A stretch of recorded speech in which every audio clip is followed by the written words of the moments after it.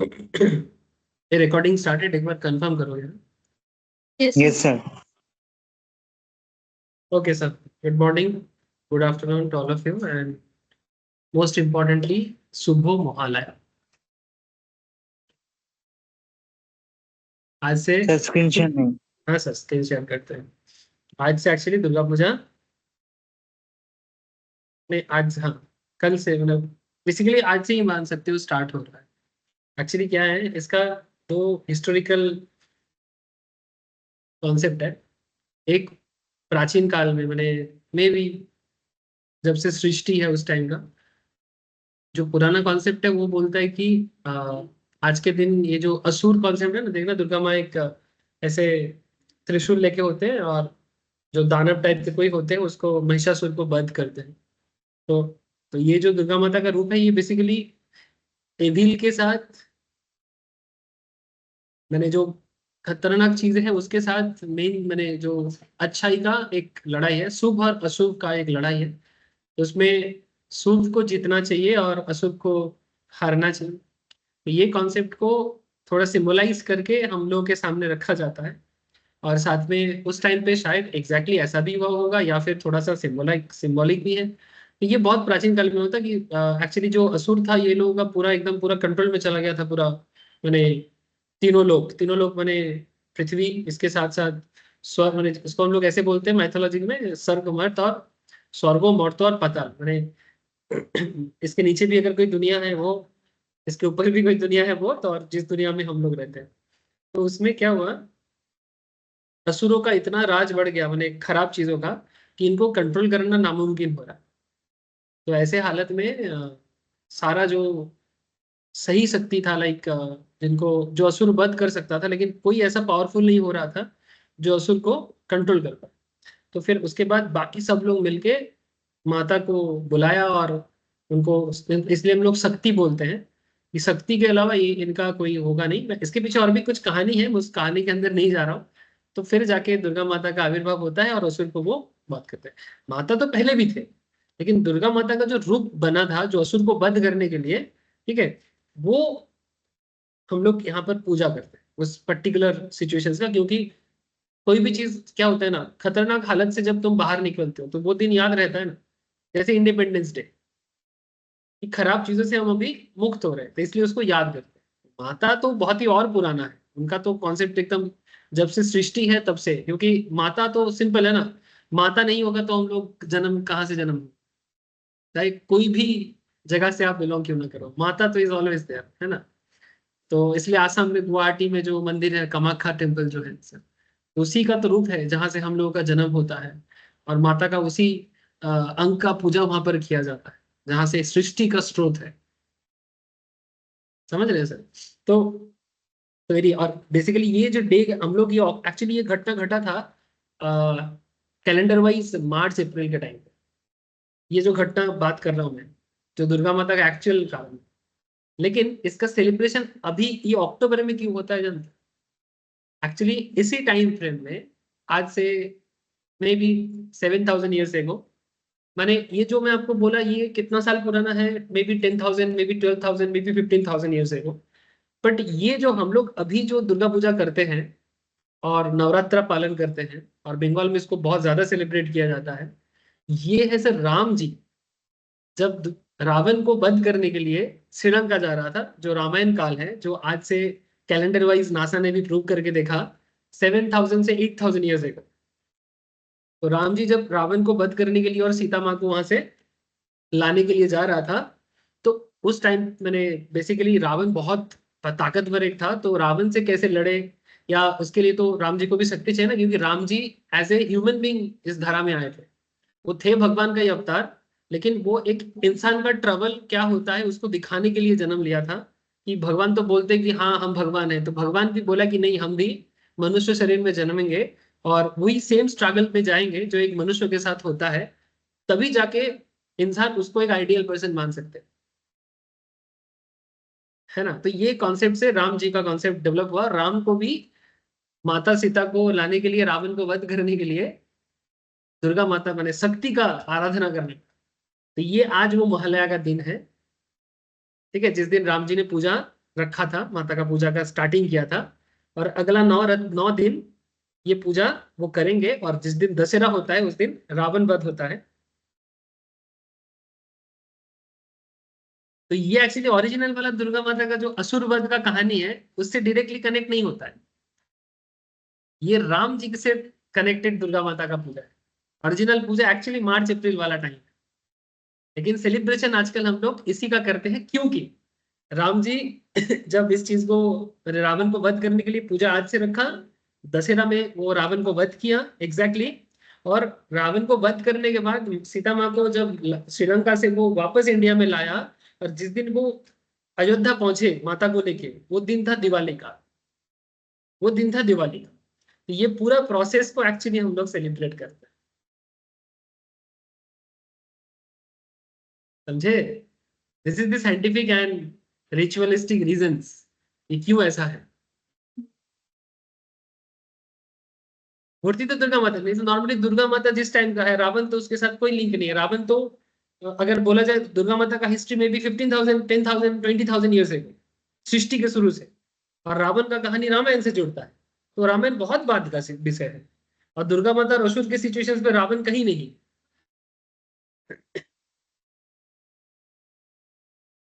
ठीक है, एक्चुअली ये दोनों चीज मिक्स हो गया, माने हम लोग माता को पूजते हैं उनके वो पुराना रूप में, जो वो पुराण में किया था, लेकिन सेलिब्रेट एक्चुअली रामायण के हिसाब से।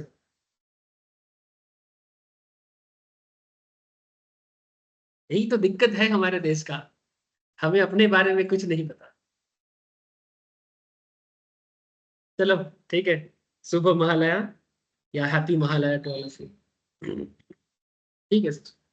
बहुत ही शुभ घड़ी है भारत बने देश के लिए, क्योंकि पूरा देश इस सिचुएशंस को मानते हैं, पालते हैं। और ऐसे कहा जाता है कि आज से ये महालया के दिन सुबह पितृपक्ष जो होता है, पितृपक्ष बोलते हैं सर, मैंने मातृपक्ष का शुरू और पितृपक्ष का खत्म। तो पितृपक्ष का जो कॉन्सेप्ट है, बेसिकली जो हमारे पूर्वज है, ठीक है, मैंने पिताजी दादाजी, ठीक है। একলা ठीक। প্রধানের কথা বলছেন?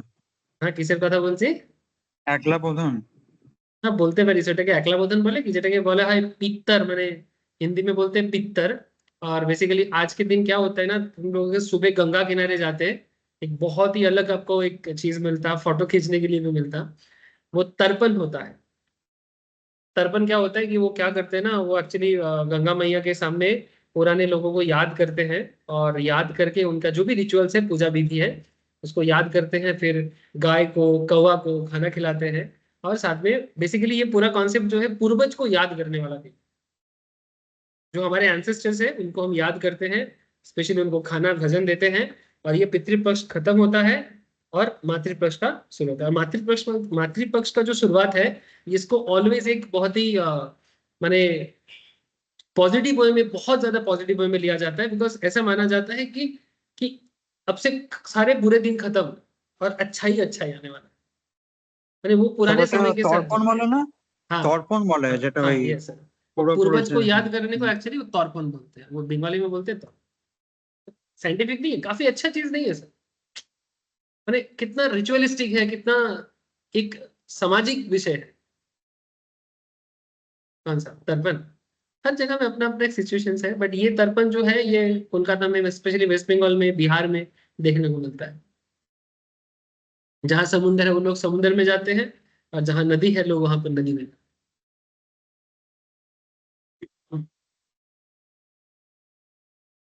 बहुत लोगों के फैमिली में तो बस ये रूल है, करना पड़ता है। क्यों करते हैं, किस लिए करते हैं, आखिर कुछ नहीं पता, लोग करते हैं, ऐसे ही चले आ रहे हैं। चलो, ठीक है। हम लोग पढ़ेंगे सर टैक्सेशंस, टैक्सेशंस में चलेंगे डिडक्शंस पे। ठीक है, टैक्सेशंस पे बात करेंगे, डिडक्शंस। तो टैक्सेशंस पे डिडक्शंस पे हम लोग ऑलरेडी बातचीत कर ही रहे थे। आज ऑलमोस्ट उसको कंप्लीट करने का एक पूरा कोशिश तो पूरा रहेगा सर।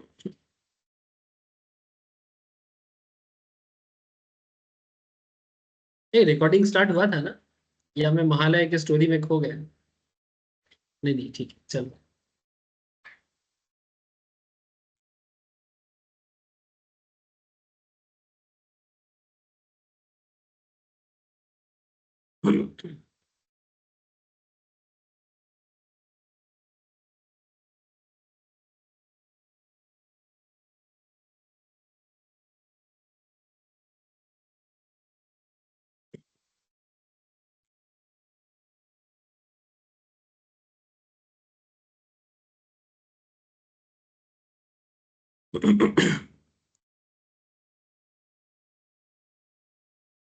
अच्छा, देखो कल कुछ एग्जांपल्स क्वेश्चंस हुआ, आइडिया लिखा है सर कि कैसे डिडक्शन से क्वेश्चंस हो सकता है।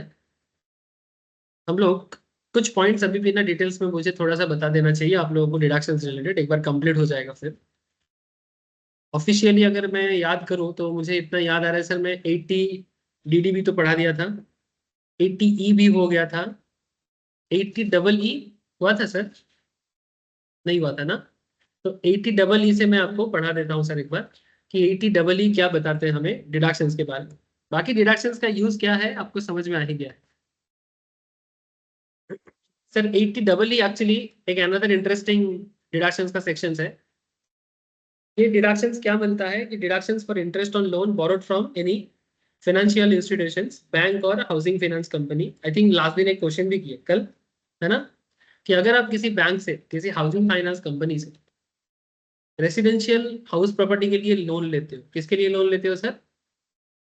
रेसिडेंशियल हाउस प्रॉपर्टी के लिए, घर मैंने जिस घर पे आप रहोगे वैसा घर के लिए लोन लेते हो। एक्चुअली क्या है ना, लोग घर बनाते दो कारण से है, एक बिजनेस करने के लिए भी होता है और एक रहने के लिए भी होता है। तो ये जो लोन का बात हो रहा है, ये कौन सा लोन का बात हो रहा है? रेसिडेंशियल वाला। तो अगर आप रेसिडेंशियल घर के लिए लोन लेते हो तो उसमें भी आपको डिडक्शंस अवेलेबल होता है। क्या होता है सर, ये इंडिविजुअल्स पे मिलता है। Deductions of up to 50,000 would be allowed in respect of interest on loan taken from a financial institutions. Conditions क्या है? लोन जो है उसका सैंक्शन कब हो जाना चाहिए? During previous year 16-17। ये ड्यूरिंग यानी ये सिर्फ उन्हीं लोगों के लिए लागू होता है जिसका लोन सैंक्शन हुआ है 16-17। लोन सैंक्शन कम से कम लेस देन 35 लाख होना चाहिए। लोन सैंक्शन अमाउंट 35 लाख से कम या उससे इक्वल होना चाहिए, इसको हम लोग बोलते हैं लेस देन इक्वल्स टू। क्या बोलते हैं? Less than equals to. घर का वैल्यू 50 लाख से इक्वल या कम होना चाहिए, इससे महंगा घर नहीं होना चाहिए। SCC should not possess any other house on the date of sanction of loan। जो एससीसी है सेम डेट पे या सेम टाइम पे उसके पास कोई दूसरा घर रहने के लिए उसके नाम पे नहीं होना चाहिए। जो एससीसी है उसके नाम पे पहले से कोई रेसिडेंशियल प्रॉपर्टी नहीं होना चाहिए, तभी जाके ये 50,000 का जो डिडक्शन है आप अवेल कर सकते। तो लोन का अमाउंट 35 लाख से ज्यादा नहीं होना चाहिए सैंक्शन अमाउंट, घर का वैल्यू 50 लाख से नीचे होना चाहिए या ऑलमोस्ट इक्वल टू दैट होना चाहिए। Deductions would be available only if the individual exercise the option of shifting out, जो कि हर चीज में मोटा मोटी कॉमन है, ये आप लोगों को पता चल चुका है। ये है सर 80 डबल ई, है ना, या ई। ठीक है, अब आ जाते हैं ई ए। ठीक है, मेरे को गाना याद आ गया है, आ आ ई ओ ओ। ठीक है, था ना एक गाना, आ आ ई ओ, ऐसे ही आ गया मुझे। ई ई ए। ठीक है, ई ई ई ए। ठीक है, वो एक रोल प्ले किया था ना, वो क्या गोलमाल मूवी में, गोलमाल मूवी में वो तुषार तुषार तुषार कपूर, हाँ, ऐसे ही कर रहा था।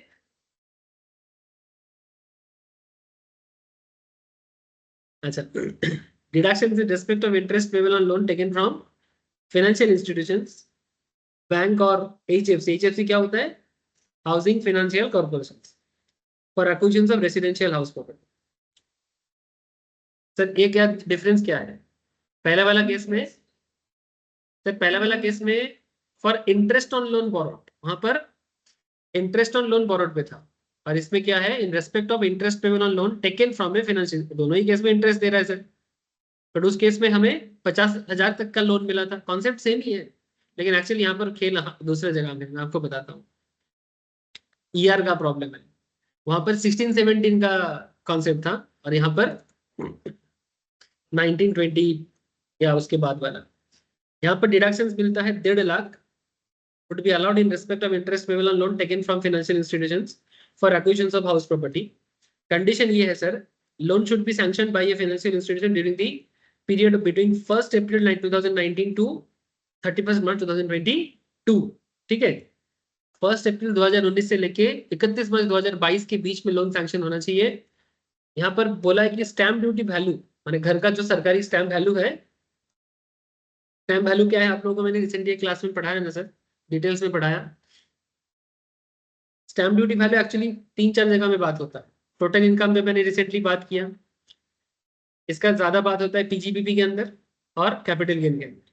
तो जिन लोगों का मिस है स्टैम्प वैल्यू का कॉन्सेप्ट, डोंट वरी, जब हम लोग हाउस प्रॉपर्टी या सॉरी पीजीबीपी या फिर कैपिटल गेन पढ़ेंगे उस टाइम पे फिर से मैं डिटेल्स में पढ़ा दूंगा। और रिसेंटली मैंने एक बार टोटल इनकम के क्लास के अंदर भी इसको डिस्कस किया। तो अगर किसी ने बोलेगा कि सर मेरा तो भी चैप्टर होना बाकी है, तो in that case total income करते करते भी आपको ये मिल जाएगा। मैंने एक्चुअली हम लोग क्या पढ़े, टोटल इनकम एंड डिडक्शन एक साथ कर रहे हैं, तो टोटल इनकम के अंदर भी मैंने इसके बारे में डिस्कस किया।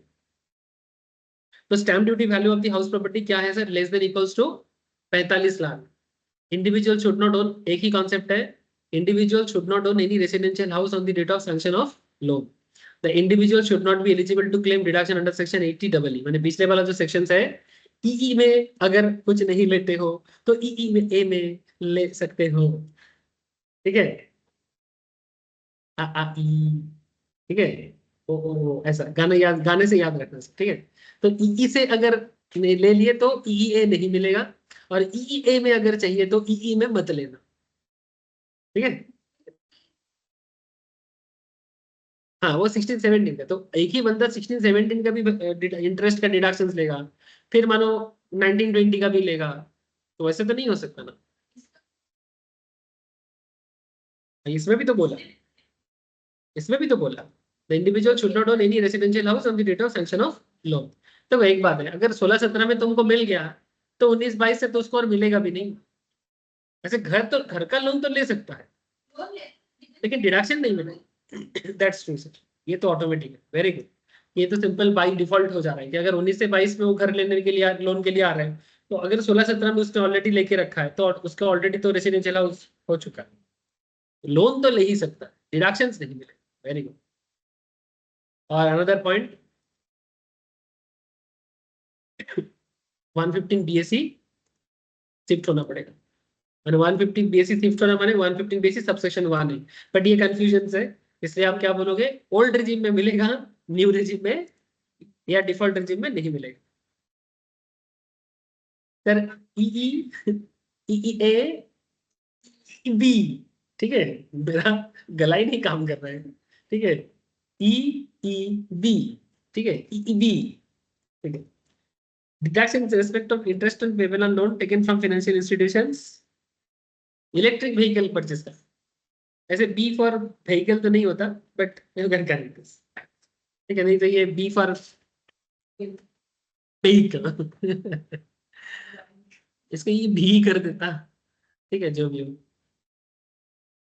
अगर आप डिडक्शंस ले रहे हो, माने डिडक्शंस क्लेम करोगे किस पर्पस में, अगर आप इलेक्ट्रिक व्हीकल ले रहे हो, इलेक्ट्रिक व्हीकल लोन पे ले रहे हो, ठीक है। इलेक्ट्रिक व्हीकल लाइक 4 चक्का बेसिकली, इसमें अगर आप ईवी जिसको बोलते हैं, जैसे कि टाटा नेक्सो, आजकल बहुत सारे कंपनी आ गया।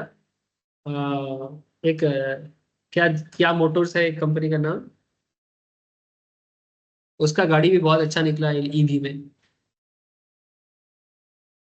जीएम हेक्टर ना, जीएम हेक्टर बोल के कोई कंपनी है, उसका भी एक ईवी है, मैं सर देख रहा एमजी था। हाँ हाँ, एम जी हेक्टर, एमजी हाँ, है सर। एम जी हेक्टर, उसका एक देख रहा था मैं ईवी गाड़ी। गाड़ी का मॉडल मैंने एक्चुअली काफी घर के लिए अच्छा है, एम जी हेक्टर ईवी, तो उसका एक गाड़ी का मैं मॉडल देख रहा था, आई थिंक यही वाला।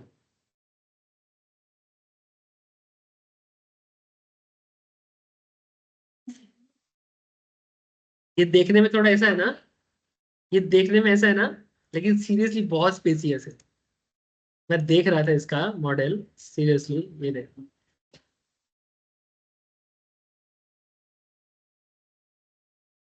4 सीटर्स है, दाम भी काफी रिजनेबल रखा है, और काफी काफी इसका ये चला है, मैंने कंफर्ट बहुत है इसका। इसके तुम लोग बाकी डिटेल्स बाद में देख लेना, ठीक है। ऐसे तो बहुत कंपनी है, देखा आप लोग। देखो सर, अंदर से देखो, काफी स्पेस है इसका, बूट स्पेस देख रहे हो, काफी स्पेस है। डिजाइन भी बड़ा गजब टाइप का है। एमजी कॉमेट दाम रखा है सर, मोटा मोटी बेस मॉडल आई थिंक ये वाला 6,98,000 एमजी कॉमेट। कोई बोलेगा सर देखने में बहुत अच्छा नहीं है, but basically it's kind of family car type से, ठीक है। बाकी तो हमारे इंडिया में जो हमारा टाटा नेक्सो है, वो एक्चुअली इसके मामले में इंडिया में बेसिकली फ्लैगशिप बोल सकते हो आप। कि टाटा नेक्सॉन ने ईवी मार्केट में एक्चुअली पूरा एकदम तमाल धमाल करके मैंने स्टार्ट कर दिया था, उसके बाद अभी बहुत लोग आ गया। और टाटा मोटर्स का शेयर्स भी करीब 200-250 रुपये से 1,000 रुपये में पहुंच गया है। उसमें ईवी का एक one of the main reason है। 2020 में मैं क्लास ले रहा था, कोरोना के टाइम पे, टाटा मोटर्स का शेयर का दाम 2020 में, अब देखोगे 100 के आसपास होगा। 2020 का बात कर रहा हूँ मैं, तब ऑनलाइन में क्लास ले रहा था, और उस टाइम पे मैं कोलकाता में नहीं था, मैं नेटिव चला गया था कुछ दिनों के लिए, कोरोना के टाइम था। ये देखो सर, 74 रुपीज का शेयर। ऐसे तो ये कोरोना के कारण गिरा था, लेकिन 2021 में भी इसका शेयर देखो 200-250, ठीक है। इवन मैंने तो लिया एक्चुअली इसको 100 रुपये 110 में लिया था। अभी भी एक बार बीच में छोड़ रहा था, सोच रहा था बेच दूं, तो कुछ सोचना, बेच बेच देना पड़ेगा। 1,000 तक चला गया था, अभी थोड़ा सा मोमेंटम कम है इसका। 1,000 5 साल में 700 750%। सर एक्चुअली क्या है ना, मैं आपको शेयर दिखा के ये नहीं बताना चाहता हूँ कि देखो क्या हुआ है। मैं एक्चुअली आपको कुछ और ही समझाना चाहता हूँ। मेरा ये समझाने का मतलब होता है कि अगर आपका ये सब चीजों के बारे में एक साउंड नॉलेज दिमाग में काम करे ना, सही टाइम पे सही डिसीजन मेकिंग एबिलिटी आ जाए। जब बाकी लोग सोचेगा क्यों, आपको ये बोलना नहीं पड़ेगा क्यों, बिकॉज आपके पास रीजन है करने की। क्योंकि मैं तो 2021-22 से ही पढ़ा रहा हूँ ये ईवी का, ये वाला कॉन्सेप्ट, कि सरकार इलेक्ट्रिक व्हीकल परचेज में 1.5 लाख तक सब्सिडी भी देता है। सरकार 1.5 लाख सब्सिडी तक दे रहा है। आई थिंक अभी दे रहा है कि नहीं दे रहा है देखना पड़ेगा परचेसिंग के टाइम। और यहाँ पर देखो 1.5 लाख तक का डिडक्शन भी देगा, यानी ये इनकम टैक्स बेनिफिट है, और उधर 1.5 लाख का परचेसिंग बेनिफिट। टाटा नेक्सॉन का दाम रखा था 15 lakh almost base model starting में, अभी कम हो गया होगा। 1.5 लाख का, सॉरी 15 लाख का गाड़ी का दाम पड़ रहा था उस जमाने में, मैंने 2-3-4 साल पहले का बात कर रहा हूँ, 13.5 लाख। 1.5 लाख भी कुछ कम भी थोड़ी होता है, अगर तुमको बैटरी कार लेना है, ईवी कार लेना है। खराब क्या है? हाँ, ईवी मॉडल का कुछ अपना कुछ प्रॉब्लम है अभी भी हमारे देश में, बट एटलीस्ट लोग सेकंड कार के हिसाब से तो ले ही रहे हैं। काफी लोग जिनके पास एक्स्ट्रा पैसा है, वो एज ए सेकंड कार तो ले ही रहे। इंडिया में भी प्रॉब्लम है कि इसका चार्जिंग कॉन्सेप्ट, ठीक है, क्योंकि हर जगह में तुमको चार्जिंग स्टेशन नहीं मिलेगा।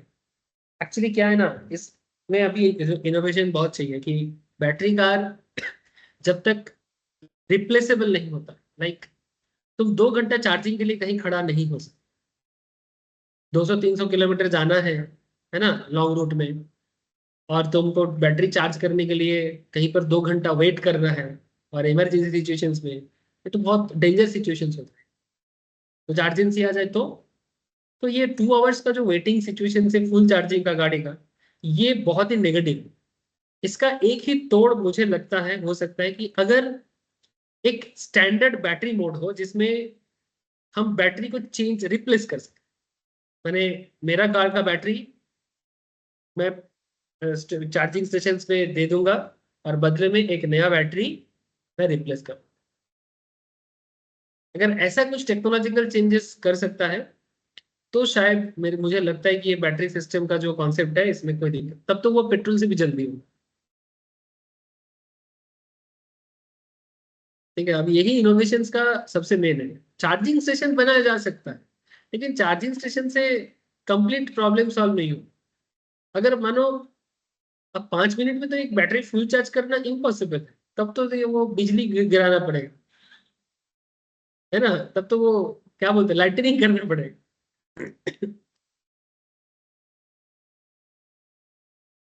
अच्छा, तो deductions of up to 1.5 lakh would be allowed in respect of interest payable on loan taken for purchase of electric vehicle. अच्छा है, अगर देश में पूरा इलेक्ट्रिक व्हीकल हो जाए ना, देश के लिए सबसे बड़ा जो सुविधा होगा ना, पेट्रोल डीजल पे हम लोगों का जो खर्चा आता है ना, जो हमारे देश में तो मिलता नहीं है, इसका बार्डन बहुत कम हो जाएगा। मैं तो दिल से चाहता हूँ कि हमारे देश में पेट्रोल डीजल का यूज कम हो जाए। सिर्फ बड़ा बड़ा ट्रक वगैरह छोड़ के, बस वगैरह छोड़ के, छोटा मोटा गाड़ी और बेसिक चीजें, बाइक वगैरह, ये सब इलेक्ट्रिक में शिफ्ट हो जाए, तो इसमें इंडिया को बहुत बचत हो, बहुत पोल्यूशन भी कम होगा, बचत भी बहुत होगी। गवर्नमेंट चाह भी रहा है, बहुत चाह रहा है। देखो ना क्या है ना, इसके पीछे इंफ्रास्ट्रक्चरल खर्चा बहुत होता है। जर्मन में ऐसे बहुत बहुत रास्ता है, क्योंकि जर्मन छोटा देश है और डेवलप है, टेक्नोलॉजिकली भी काफी साउंड है। अ, जर्मन में ऐसा ऐसा रोड है, हाईवेज, जैसे हमारे यहाँ पर हम लोग हाईवेज बोलते हैं ना, हाई रोड या बॉम्बे रोड ऐसे करके बोलते हैं। तो हाई रोड जो होते हैं वहां पर ऐसे रोड है बनाए गए कि मानो यहाँ से 100 किलोमीटर जाना है तुमको, पूरा रोड ही इलेक्ट्रिक है, रोड में ही इलेक्ट्रिक है नीचे, चलते चलते गाड़ी चार्ज होता है।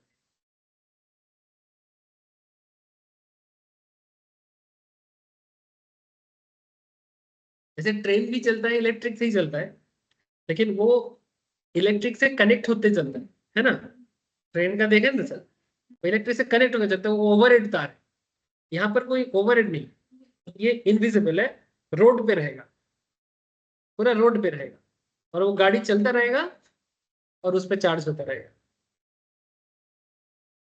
ऐसे जर्मनी में करीब करीब 100 किलोमीटर का करीब 10-15 रोड है।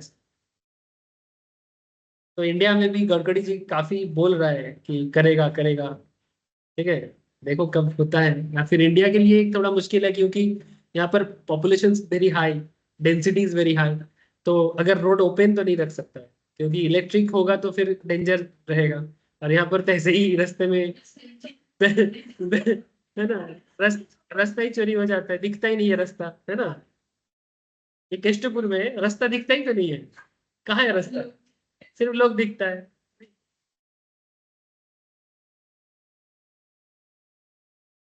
तो बस पहले भी चल, बंद, बंद, रास्ता के कारण बंद। तुम लोग को उधर रोड बना है ना, उसके कारण बंद। बस तो चलेगा ही, बस नहीं चलेगा तो इन लोगों का क्या हालत होगा, ये लोग बाहर कैसे जाएगा। नहीं नहीं, ये बस बहुत पुराना बस है, 12C/2, slowest bus in Kolkata, one of the one of the slowest bus in Kolkata. मैंने इससे अच्छा है बैलगाड़ी, तुम एक बैलगाड़ी ले लो, हावड़ा पहुंच जाओगे।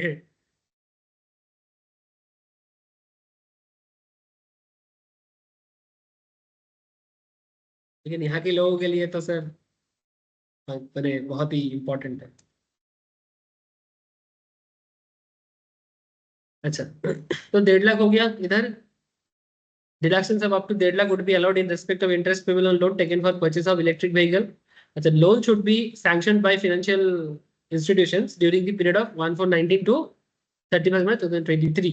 Deductions would be available only if the individual exercise the options of shifting.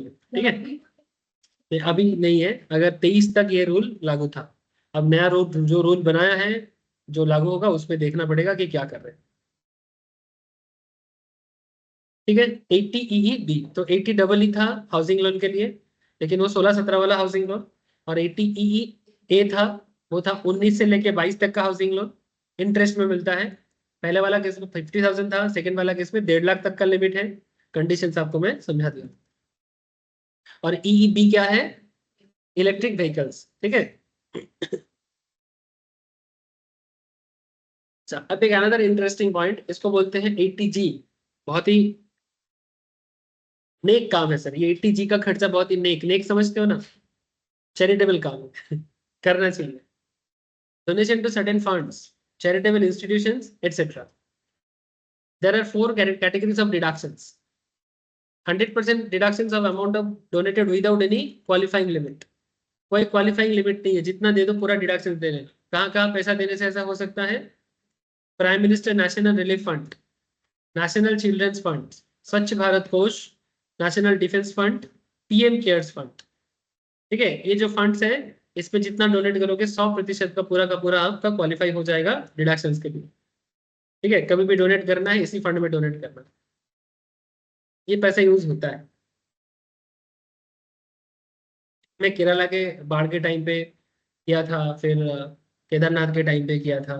मैं मोटा मोटी जब भी कुछ ना कुछ ऐसा होता है, जितना मेरे को ठीक लगता है मेरे हैसियत के हिसाब से करता रहता हूँ। शायद आप लोग भी करते होंगे, अगर नहीं करते होंगे तो कैसे ना। अरे 500 1000 करके भी कोई देता है ना, तो देश के लिए बहुत अच्छा होता है। अगर मानो किसी एक एरिया से अगर 1 लाख लोग भी 500 500 करके देता है, ठीक है, पूरा एक शहर से भी, तो भी सरकार के पास अच्छा खासा ही करता है। मैं इतना सोचता हूँ कि अगर एक कंबल दे सकता हूँ या फिर एक 2 जन का खाना आ जाता है, काफी है। हाँ। हाँ, वो तो किए ही है। हम भी एक बार ट्यूशन से किए थे फंड को इकट्ठ। मेरा एक स्टूडेंट था उस टाइम पे, वो बोला था ना हम ट्यूशन से कलेक्ट करेगा। मैं बोले एक काम कर, तो फिर फंड बॉक्स बना। ठीक है, तो स्टूडेंट लोग देता था, तो उसमें कम से कम हम लोग का जमा हुआ था उस टाइम पे करीब करीब 15 से 20 हजार के आसपास। मैं कम से कम 2 हफ्ता रखा था। एक से दुर्गा पूजा के ही टाइम पे हुआ था। तो दुर्गा पूजा का कुछ लोग चंदा देने मांगने आए, ठीक है। तो मैं बोल रहा हूँ कि ठीक है आपका चंदा आप लो, हमारा अभी भी बोलते ये क्या है। बोलते ये क्या है, हमें तू मस्ती करेगा उसका चंदा। मैं तुम्हारे पूजा में आज तक कभी नहीं गया, लेकिन हम तुमको बोल रहे केरला फ्लड में डोनेट करने के लिए, तुमको इतना दिक्कत हो रहा है। जैसे हमारे स्टेट गवर्नमेंट का भी होता है, बट लोग ना स्टेट गवर्नमेंट को पैसा देने में ना हिचकिचाता है। जैसे वेस्ट बंगाल गवर्नमेंट को तो लोग पैसा देने में बहुत हिचकिचाता है। नहीं तो स्टेट गवर्नमेंट का भी फंड होता है। क्या है ना, इन लोगों का इतना चोरी चमारी इतना ज्यादा है कि लोग बोलेगा इनको काय को देना। जैसे अभी वो पश्चिम बंगाल में बोला ना, घाटाल बोल के एक जगह है जहाँ पर बहुत ज्यादा फ्लड सिचुएशन हुआ है। मिदनापुर, पश्चिम मिदनापुर डिस्ट्रिक्ट बोल के एक डिस्ट्रिक्ट है वेस्ट मिदनापुर, वहां पर बहुत खतरनाक हालत है। तो वहीं का एक जन आया था, ठीक है, स्टूडेंट नहीं है, एक ऐसे बिल्डिंग में एक जन आया था, उनसे बात हो रहा था। तो बोलते हैं कि सरकार की तरफ से जो डोनेशन या जो भी रिलीफ पैसा जा रहा है, ट्रिपल का, ट्रिपल वगैरह होता है ना, टर्पोलिन जिसको बोलते हैं, तो बोलते हैं सारा, मैंने मानो अगर 100 टारपोलिन जा रहा है लोगों के रिलीफ के लिए, वो उस टारपोलिन को मार्केट में अलग से बेच के वो लोग कमा रहा है। ऐसे हालत में भी ऐसा करता है जो पॉलिटिकली कनेक्टेड लोग सब। इसलिए ना ये सर स्टेट गवर्नमेंट को तो कोई डोनेशन देता ही नहीं। मैंने इन लोगों के बीच में इतना ज्यादा करप्शन का, मैंने, ऐसा मैं नहीं बोल रहा हूँ कि सेंट्रल में करप्शन नहीं है, बट फिर भी कम से कम कुछ तो होता है। दिखता है भाई हेलीकॉप्टर जा रहा है, ठीक है, आर्मी कुछ ना कुछ कर रहा है, कुछ तो करता है। 50% deduction of amount donated without any qualifying limit, अगर आप prime minister's drought relief fund में पैसा दें। ठीक है, ये जब खरा होता है, खरा मैंने बेसिकली, खरा समझते हो? हाँ, टू मच धूप निकला, बारिश नहीं हुआ, ड्राई हो गया इतना, फसल नहीं उग रहा है, उसे ड्रॉट बोलते हैं। जैसे इस बार अति बारिश हो गया, ठीक है, कभी ऐसा होगा कि बारिश हुआ ही नहीं, ठीक है, ऐसा। 100% deduction of amount donated subject to qualifying limit किसमें होता है, तो फिर याद रखना ड्रॉट में 50%, और प्राइम मिनिस्टर रिलीफ फंड में, भारत कोष में, नेशनल डिफेंस फंड में, पीएम केयर्स फंड में 100%। ये याद रखना पड़ता है, यही चैलेंज है कि किसमें 100 किसमें 50। 100% deduction amount donated subject to qualifying limit, government of local authority, institutions of promotions of family planning etcetera. Sir government of local authority मैंने, लोकल अथॉरिटी मैंने लोकल म्यूनिसिपल कॉर्पोरेशन वगैरह का बात कर रहा हूं। और institutions for promotions of family planning मैंने हम दो हमारे दो, हम दो हमारे दो, कौन है? हम दो, माँ बाप और दो बच्चा, इससे ज्यादा बच्चे ना मिले। इसके लिए एक हमारे देश में एक फैमिली प्लानिंग इंस्टीट्यूशन है जो प्रमोट करता है, लोगों को प्रचार करते हैं कि इंसान को अपनी फैमिली लाइफ को कैसे प्लान करना चाहिए। लेकिन हमारे सोसाइटी में आज भी ऐसे डब्बा दिमाग वाले लोग हैं, ठीक है, कुछ लोग बोलते हैं, कुछ लोग भगवान के नाम पे बच्चा लेता है, कुछ लोग अल्लाह का देन बोल के बच्चा लेता रहता है। फिर भी हिंदुओं में पहले से कम हुआ है, बट मुस्लिमों में आज भी दिक्कत बहुत ज्यादा है। हिंदू भी कोई दूध का धुला नहीं है, मूर्ख लोग। मैं इसलिए जात पात बोल रहा हूँ क्योंकि बच्चा लेने के टाइम पे धर्म को सामने रख के ही लेता है। तुम्हारा मन हुआ तुम लिया, ये नहीं बोलता है भगवान दिया। तुम्हारा मन में तुम बच्चा लिया, भगवान का से। हाँ, दो की जगह पांच पांच दस दस बच्चा एक एक फैमिली में, ठीक है। अब प्रॉब्लम क्या है, मुस्लिम में तो और खतरनाक क्या है कि चार चार बीबी अलाउड है। अब मानो एक अर्नर इनकम करने का, चार बीवी, एक एक जन के साथ चार चार भी बच्चा करता है ये लोग, तो एक एक फैमिली बन जाता है 15 से 20 लोगों का। तो गरीब नहीं होगा तो क्या होगा? फिर ये लोग कमाने के लिए क्या रास्ता चूज करेगा? कितना लोगों को पढ़ा लिखा करा सकता है? और क्या ही क्वालिटी एजुकेशन दे सकता है? एजुकेशन तो दूर की बात है। और आगे जाके ये लोग जो काम स्टार्ट करता है ना, फिर वो क्या क्वालिटी रहता है? और फिर बोलेगा हिंदू के लिए हमारे पास पैसा नहीं है। लोग सिखाते हैं इस तरह से, और फिर समाज के बीच में भेदभाव पैदा होता है। पाकिस्तान आज भी चिल्लाते हैं, उसके किताब में पढ़ाते हैं कि भाई हमारा दुश्मन कौन है? हिंदुस्तान। क्यों? क्योंकि हमारा सारा चीज हिंदुस्तान खा लिया। तो अगर पाकिस्तान के मद्रासे में पढ़ाया जाता है कि बच्चा पैदा होते ही ये बता दो कि हिंदुस्तान हमारा दुश्मन। अजमल कसाब जो हमारे यहाँ पर आके हम लोग को मारा था, कसाब को पूछा गया कि भाई क्यों आके ऐसा मारा? कोई तुमको मारने बोलने से ही तुम मार देगा? बोलते नहीं, हिंदुस्तान हमारा सब ले लिया, आज हम गरीब है हिंदुस्तान के लिए। ये जो ब्रेन वॉश करता रहता है ना। लेकिन सर, उनका खुद का कुछ ना हो ही अच्छा है, लेकिन हमारा तो बर्बाद ना करे। मासूम को जान तो मत ले। और उसका जड़ फैमिली प्लानिंग है। अगर फैमिली दो बच्चे का होता तो प्यार से बड़ा होता, प्रॉपर एजुकेशन मिलता, क्वालिटी लाइफ मिलता, सही गलत का फर्क करता, समाज में एक माथा ऊंचा करके जीने का संभावना बढ़ता, और फालतू में हिंदू मुस्लिम क्रिश्चियन ईसाई भी ना होता। कहाँ एडुकेटेड समाज में आज मेरे क्लास में मुस्लिम बच्चा लोग भी पढ़ते हैं, क्रिश्चियन लोग भी पढ़ते हैं। क्या हम लोग लड़ते हैं? हाँ, हो सकता है ओपिनियन शेयरिंग हो सकता है कि नहीं सर हमें लगता है ये गलत है, कि सर हमें लगता है ये सही है। ओपिनियन शेयरिंग हो सकता है, लेकिन हम लोग क्या एक दूसरे का जान ले लेंगे? तो एडुकेटेड समाज में ओपिनियन शेयरिंग हो सकता है, अपना अपना मतदान हो सकता है, लेकिन समाज बांटते नहीं है। और गरीबों को क्या है ना, बहुत इजीली मैनिपुलेट किया जा सकता है। और अगर वो गरीबों के साथ अगर उसके अंदर मूर्खामी हो, माने इलिटरेसी हो, और ये इसका जड़ क्या है? Family plan. और ऊपर से एक तो समाज का सिस्टम खराब, दूसरा सबसे बड़ा प्रॉब्लम क्या हो जाता है आगे जाके? इकोनॉमी का भी, सरकार का भी तो बहुत ज्यादा प्रॉब्लम हो जाता है। इतना ज्यादा रिसोर्स और इतना जनसंख्या, माने इतना सा रिसोर्स और जनसंख्या इतना, किसको किसको दोगे और किसको नहीं दोगे? एकदम पूरा रेस्ट्रिक्शन लगाना चाहिए। कुछ पूरा रेस्ट्रिक्शन लगाना चाहिए, लेकिन ये करो फिर बोलेगा हमारे धार्मिक किताब के साथ हमला हो रहा है। माने ये मूर्ख लोग बोले। या तो है, ऑलरेडी पार्लियामेंट में बिल पास किया, कांग्रेस झमेला कर रहा है, कांग्रेस इसमें हिंदू मुस्लिम ला रहा है। कम से कम देश के खातिर तो चुप हो जाओ, हर बात में करना है। मोदी ने बोला तो यूनिफॉर्म सिविल कोड, सुने होंगे तुम लोग। यूनिफॉर्म सिविल कोड बोलते हैं कि ये हिंदू का लॉ है। तो हिंदू का लॉ क्या होता है? यूनिफॉर्म सिविल कोड माने सबके लिए लॉ है। नहीं नहीं, एक्चुअली ना, क्यों बोल रहे हैं उनका, मुस्लिम कुछ स्कॉलर्स है, माने मैनिपुलेटिव स्कॉलर्स है, जो लोग अपने समाज में हीरो बनना चाहता है। हर कोई नहीं, अच्छा लोग बहुत है। ऐसे बहुत मुस्लिम को मैं रेगुलर सुनता हूँ जो सीरियसली अच्छे हैं, और मैं उनको आदर्श की तरह ही मानता हूँ। अच्छा लोग अच्छा होते हैं भाई, वो जात पात नहीं है इसमें। तो जैसे केरला का जो गवर्नर है, जानते हो उनको? आरिफ मोहम्मद खान।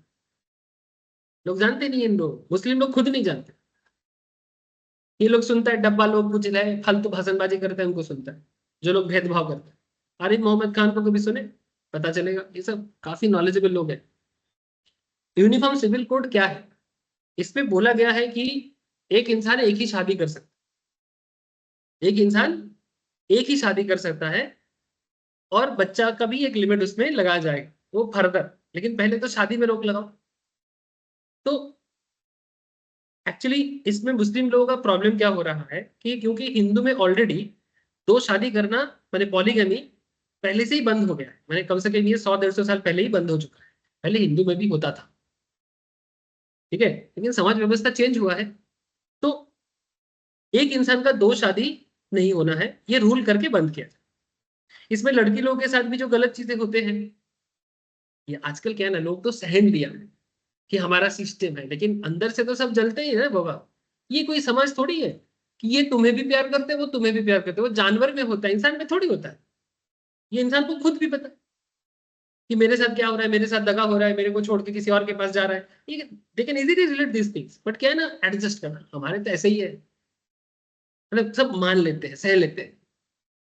तो यूनिफॉर्म सिविल कोड करके लड़की लोगों का जो औरत का डिग्निटी है वो भी वापस आ जाए, एटलीस्ट रूल तो है। और साथ में शादी कम होगा, बच्चा भी कम पैदा होगा, सिंपल बात है। लेकिन क्योंकि हिंदू लोग ऑलरेडी अपने आप में एक सुधर चुके हैं, चाहे वो गरीब हो या रिच, मुस्लिम लोगों को इसमें प्रॉब्लम है। वो बोल रहे हैं कि नहीं होने देंगे, और कांग्रेस इसमें बोल रहे हैं कि नहीं, ये तो बेसिकली किसी के स्क्रिप्चर्स के साथ खिलवाड़ हो रहा है, ये मान्यता के साथ खिलवाड़ हो रहा है, ये कांग्रेस का भी मानना है। तो बात प्रॉपर्ली लागू नहीं होने दे रहे, सिर्फ उत्तराखंड में लागू हुआ है।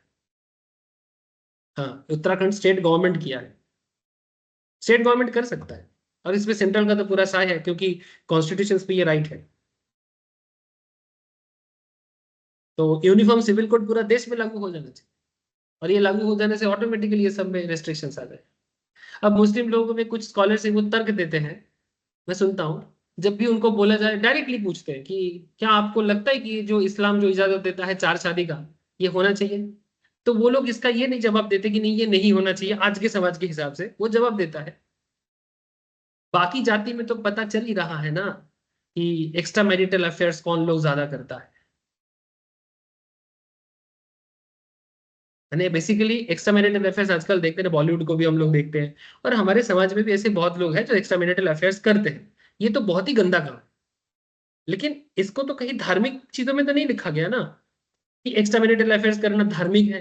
ये सबको पता है कि ये एक एक इलीगल काम है, ये एक समाज के लिए बहुत ही खतरनाक चीजें हैं। तो इसके साथ वो चार शादी वाला जो इस्लाम के धार्मिक किताब में लिखा है उसके साथ क्या रिलेशन?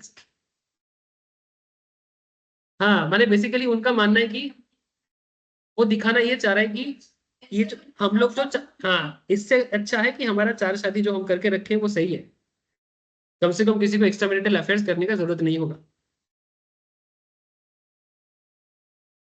ये कुछ स्कॉलर्स, हर कोई नहीं, कुछ स्कॉलर्स, कुछ मुस्लिम स्कॉलर्स तो पूरा सपोर्ट करते हैं यूनिफॉर्म सिविल कोड का। लेकिन there are certain Muslim scholars जो डायरेक्टली इसी तरह का बोल रहे हैं कि एक्स्ट्रा मैरिटल अफेयर्स देखो बाकी जी में है, हम लोगों में नहीं है। ये उनका लॉजिक है, ठीक है। तो point is very dangerous sir, और ये भारत के लिए बहुत खतरनाक बन रहा है, मैंने देश के लिए, ठीक है। खतरा इन द सेंस समाज व्यवस्था बिगड़ेगा, और क्या। इस तरह से कितना दिन, मैंने एक्चुअली मैं इतना डिटेल्स में शायद नहीं जाता, बट क्या है ना, ये फैमिली प्लानिंग से गवर्नमेंट, आपने पूछा ना बंद कर देना चाहिए, तो मैं क्यों बोल दिया, क्योंकि गवर्नमेंट कोशिश कर रहा है, और गवर्नमेंट का पूरा स्टेप्स है इसके पीछे, इसके बारे में आप लोग पढ़ भी सकते हो। और इसके बारे में क्यों लागू नहीं हो रहा है उसका रीजंस भी मुझे बताना पड़ा आपको, और इसलिए मुझे इतना ओपनली बात करना पड़ा। और आप लोग इतने बड़े हुए हो कि मैं इतना बात आप लोगों से कर सकता हूँ, और मुझे ये जगह भी दे रहा है। माइंड मत करिएगा सर, ठीक है। इतना मैच्योरिटी तो होना चाहिए। चाइना में एक ये अच्छा क्या है ना, चाइना में पॉपुलेशन बाढ़ इतना ज्यादा हो गया था, टू मच पॉपुलेशन का। तो चाइना ने ऑलमोस्ट 2000 के आसपास, हाँ, वन चाइल्ड पॉलिसी लागू कर दिया था। लेकिन उसका प्रॉब्लम चाइना में 2017-18 के आसपास आके चाइना ने अपना वन चाइल्ड पॉलिसी को फिर से ये कर दिया, क्योंकि उनका वर्किंग पॉपुलेशन पे प्रॉब्लम हो रहा है, बुढ़ापा लोग बढ़ रहा है। तो उसको फिर से वो बैलेंस करने के लिए चेंज कर दिया। लेकिन हाँ बोलो। अभी नहीं है, अभी वन चाइल्ड पॉलिसी नहीं है, चेंज हो गया। हाँ, 90s से ऑलमोस्ट।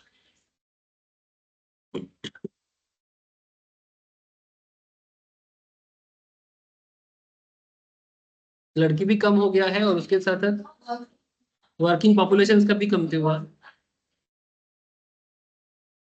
हाँ, फिर टू भी किया, और अभी पूरा रिस्ट्रिक्शन से हटा दिया, अभी कोई रिस्ट्रिक्शन नहीं। उसमें पॉपुलेशन ग्रोथ ही नहीं है। लेकिन जापान में कोई रूल नहीं है ऐसा, वो लोग करता ही नहीं है। उसका माइंडसेट के कारण उसको बहुत दिक्कत है, उसका जनरेशन बचेगा कि नहीं ये दिक्कत हो रहा है।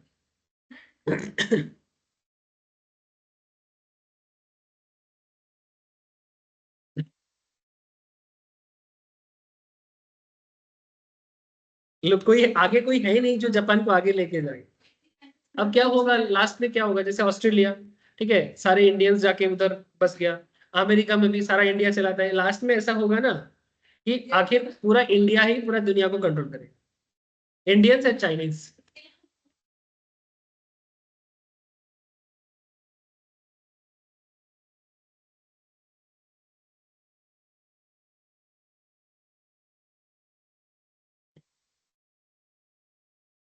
आखिर यहाँ से लोग जाएगा जॉब करने के लिए।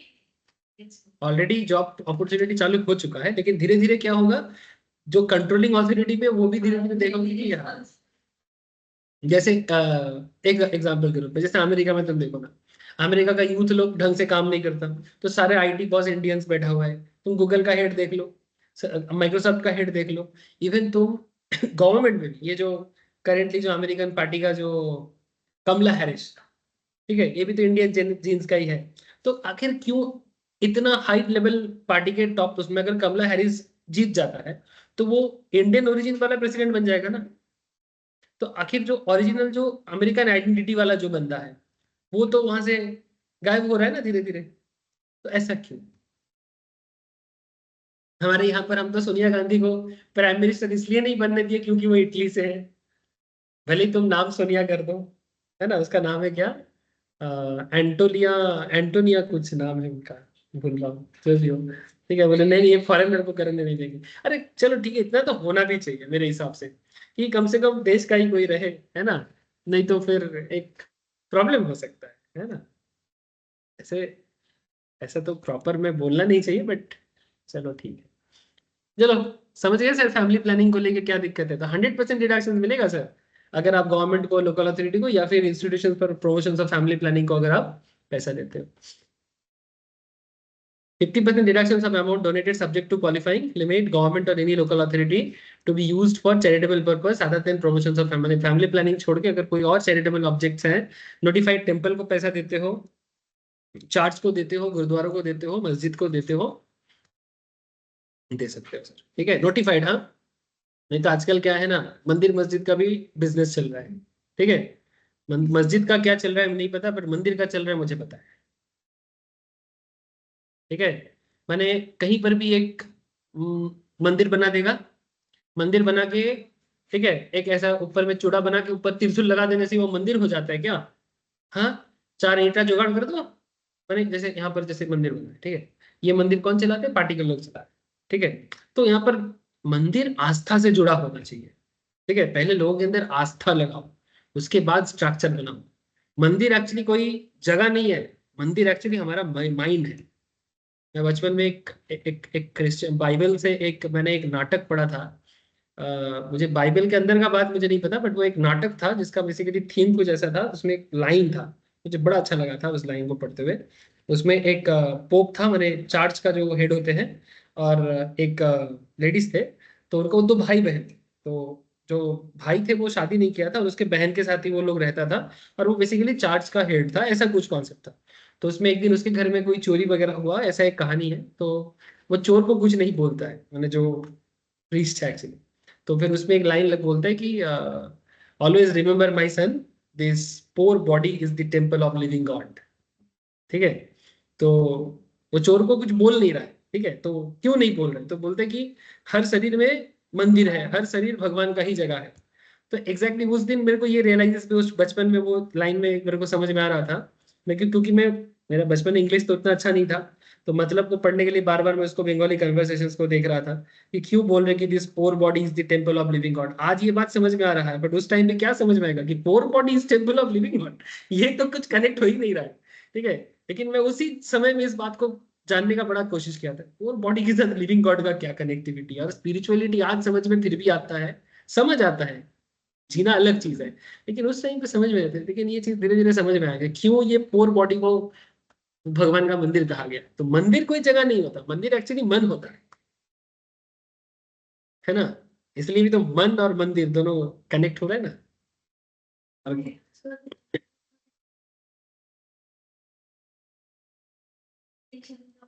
हाँ। अनाउंस करेगा कि परिवार ने इतना डोनेशन दिया, उसने इतना टाइप दिया। पब्लिक का सब कंपटीशन बनाना चाहते हैं कि क्योंकि वो देयर हाँ एग्जैक्टली, वही वही बोल रहे हैं। मैंने बेसिकली मंदिर मस्जिद ट्रस्ट सभी चीजों को क्या कर रहा है ना, एक बिजनेस का हब बना रहा है। नेक्स्ट नेक्स्ट हाँ पूरा प्रमोशन एमवे का बिजनेस हो गया, एमवे का बिजनेस हो गया पूरा। चीजों को आस्था से जुड़ो और इंसान खुद से दे, जितना देगा उसी से होगा। लेकिन ऐसा नहीं, वो ट्रस्ट लोग मैंने उसको बना के और फिर किसी ना किसी तरह से अगर गवर्नमेंट एफिलिएशन ले लेता है, फिर डोनेशंस पे डिडक्शंस का भी मैटर आ जाता है। लेकिन गवर्नमेंट हर चर्च मंदिर या इसको ना नोटिफाई नहीं करता है। कुछ वेरी फ्यू को करते हैं जो सदियों से चले आ रहे हैं, बहुत पुराना है कॉन्सेप्ट, बहुत आस्था से जुड़ा हुआ है, बहुत ही नेक काम करते हैं। ठीक है, मैंने दिखावा कम है और ओरिजिनलिटी ज्यादा है, ऐसे जगह को ही सरकार नॉर्मली अलाउ करते हैं। हाँ बेस है, एक स्ट्रॉन्ग बेस है। ठीक है, जैसे एग्जाम्पल के रूप में कभी अगर मौका मिले जरूर जाइएगा, क्योंकि उसका बेस सच में स्ट्रांग है। That is Ramakrishna Mission, Belur Math, Vivekananda जी का बना हुआ, हावड़ा में है सर। दक्षिणेश्वर टेम्पल जिधर है उसके ऑपोजिट में गंगा के उस पार, तुम बेलूर बोलोगे तुमको बस लेके चला जाएगा, या गाड़ी बुक करके भी जा सकते हो। बेलूर मठ जरूर जाना। तो बेलूर मठ का जो अंदर का जो स्ट्रक्चर्स है, वो जो थीम, मैंने जो कॉन्सेप्ट है, वहां पर जाने से कोई किसी को कुछ नहीं मांगने वाला, कुछ नहीं है। आप जाओ गंगा किनारे बैठो, मंदिर के अंदर जाओ, चुपचाप अपना स्पिरिचुअल ध्यान करो, शांति में बैठो थोड़ा सा, तुमको जाने से ही समझ में आ जाएगा। कोई कुछ ना तो बोलने वाला है ना तो कुछ करने वाला है। आपको इवन भोग भी खिलाया जाता है वहां पर। भोग जहां पर खिलाया जाता है, तो फ्री में खाना तो अच्छा नहीं होता है, कुछ देके ही खाना चाहिए। तो वहां पर तुम जाओ, भोग देता है, भोग माने बेसिकली तुमको पूरा एकदम एक भरपेट लंच हो जाएगा। अब तुम 5 टका दोगे, 50 या 500, वो तुम्हारा मर्जी है, एज ए डोनेशन तुम करोगे।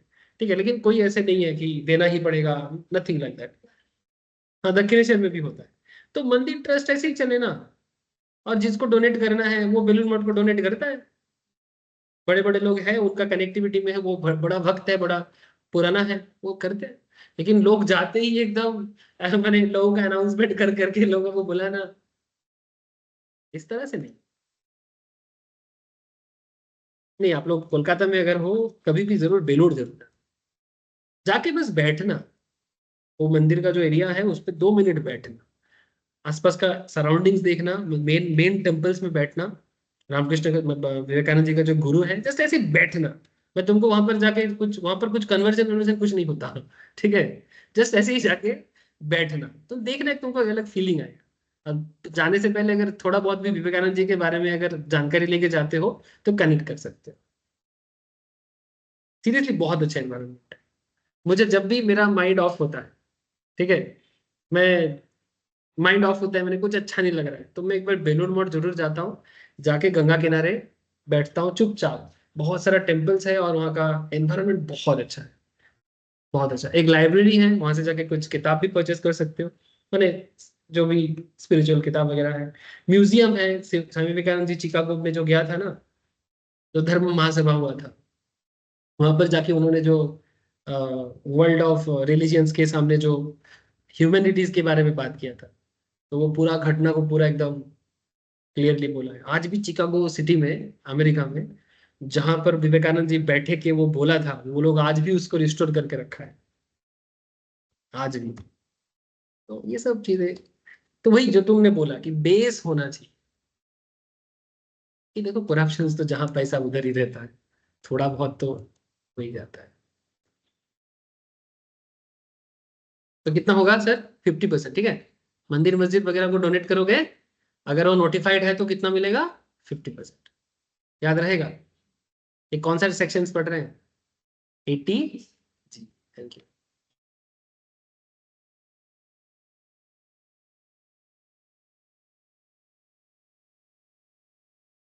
अच्छा, इसमें भी एक बात है sir, calculation of qualifying limit for category 3 4 donations. Category 3-4 क्या है? ये वाला, ये जो फैमिली प्लानिंग और नॉन चार्ज वगैरह का डोनेशंस, ठीक है। एक में 100% है, एक में 50% है। इसमें भी एक चीज बोला है, a compute adjusted total income, that is the gross total income as reduced by the following deductions under chapter 6A except under section 80G, short term capital gain taxable under section 111A and long term capital gain taxable under section 112 and 112A। ये क्या है? इसके लिए थोड़ा सा मुझे बताना पड़ेगा। मैंने ये क्वेश्चन करने से ज्यादा समझ में आएगा, बट फिर भी यहाँ पर स्टेप दिया है। बोलता है कि computed adjusted total income, that is GTI, is reduced by the following। मैंने हम लोग जानते हैं सर कि हम लोग जो ये डिडक्शन यूज करते हैं बेसिकली जीटीआई के बाद करते हैं। जो भी जीटीआई मेरा आएगा उसके बाद मेरा ये 80C से 80U चालू होता है। Now there is a catch कि जीटीआई का जो कैलकुलेशंस है और ये जो डिडक्शंस का बात हम कर रहे हैं 80G के अंदर, स्पेशली कैटेगरी 3 और 4, इसका कैलकुलेशन डायरेक्टली नहीं होगा। कैसे होगा? कि पहले तो आप एडजस्टेड टोटल इनकम कैलकुलेट करो। Now how to calculate adjusted total income? बोलते हैं कि ग्रॉस टोटल इनकम मैंने जो जीटीआई आपका होएगा उसमें से कुछ इनकम को बाद देना पड़ेगा। जैसे कि ग्रॉस टोटल इनकम के अंदर चैप्टर 6A का जो 80G का डिडक्शन है वो इंक्लूड नहीं होना चाहिए। मैंने कई बार क्या होता है ना, इंक्लूड हो के कर देते हैं। Short term capital gain 111A, जो कैपिटल गेन का 111A है, जैसे कि शेयर वगैरह बेच के जो आता है शॉर्ट टर्म में, वो शॉर्ट टर्म गेन को भी जस्ट ग्रॉस टोटल इनकम से अलग करना चाहिए। And long term capital gain 112 और 112A का हिसाब भी इसके अंदर नहीं रहना चाहिए। तो अगर किसी क्वेश्चन के अंदर अगर आपको ऐसा कुछ भी पॉइंट जीटीआई के अंदर दिख जाए तो उससे रिड्यूस कर दीजिएगा, तभी जाके आपको कंप्यूटेड एडजस्टेड टोटल इनकम मिलेगा। और आगे बोलता है कि कैलकुलेट फिर 10% of the adjusted total income. Step 3 बोलता है calculate the actual donation which is subject to qualifying limit. और फिर स्टेप 4 में ये जो स्टेप 2 एंड स्टेप 3 है, इसमें से मैक्सिमम परमिशनेबल डिडक्शंस जो इन दोनों में से लोअर होगा वो लिया जाएगा। ये 3 और 4 के केस में लागू होता है। मैंने एक्चुअली जब क्वेश्चन में 111A या 112 या 112A का कुछ हो जाए तो वो कुछ भी होगा तो वो जीटीआई के अंदर नहीं रहना चाहिए। ये आगे क्वेश्चन मिलेगा तो मैं आपको दिखा दूँ, लेकिन स्टेप सी है सर। और फिर स्टेप 5 क्या है? Set deduction is adjusted first against donation qualifying. अच्छा, अब यहाँ पर पॉइंट है कि किसके साथ पहले एडजस्ट होगा। पहले 100% deduction, that is category 3 donations, and thereafter 50% of the balance qualifies for the deduction under section 80। इस तरह से नॉर्मली होता है। No deduction shall be allowed of donation in excess of 2000 if paid in cash. अगर कोई भी donation तुम 2000 टका से ज्यादा कैश में पे करते हो नहीं मिलेगा। मैंने actually cash money black money, ऐसा गवर्नमेंट का मानना है। ऐसे सारा कैश ब्लैक नहीं होते कि ताकि लोग कैश डोनेशन कम करें और मंदिर भी ब्लैक मनी एक्सेप्ट ना करे। नहीं तो क्या है ना, सारा पैसा नहीं तो सब इसी तरह से फेक मंदिर बना बना के खत्म हो जाएगा। समझे?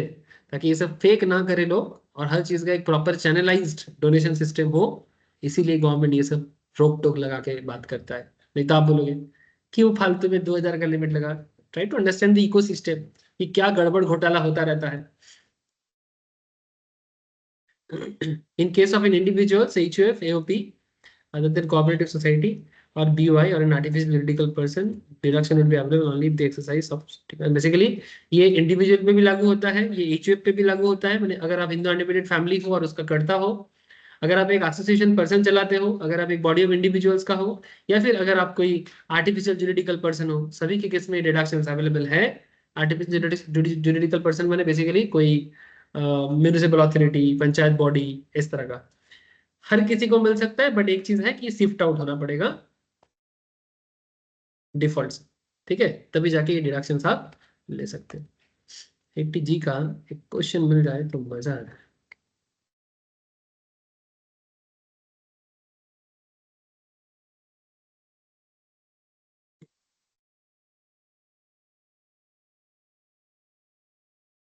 एक तो मिला है मुझे लग रहा है।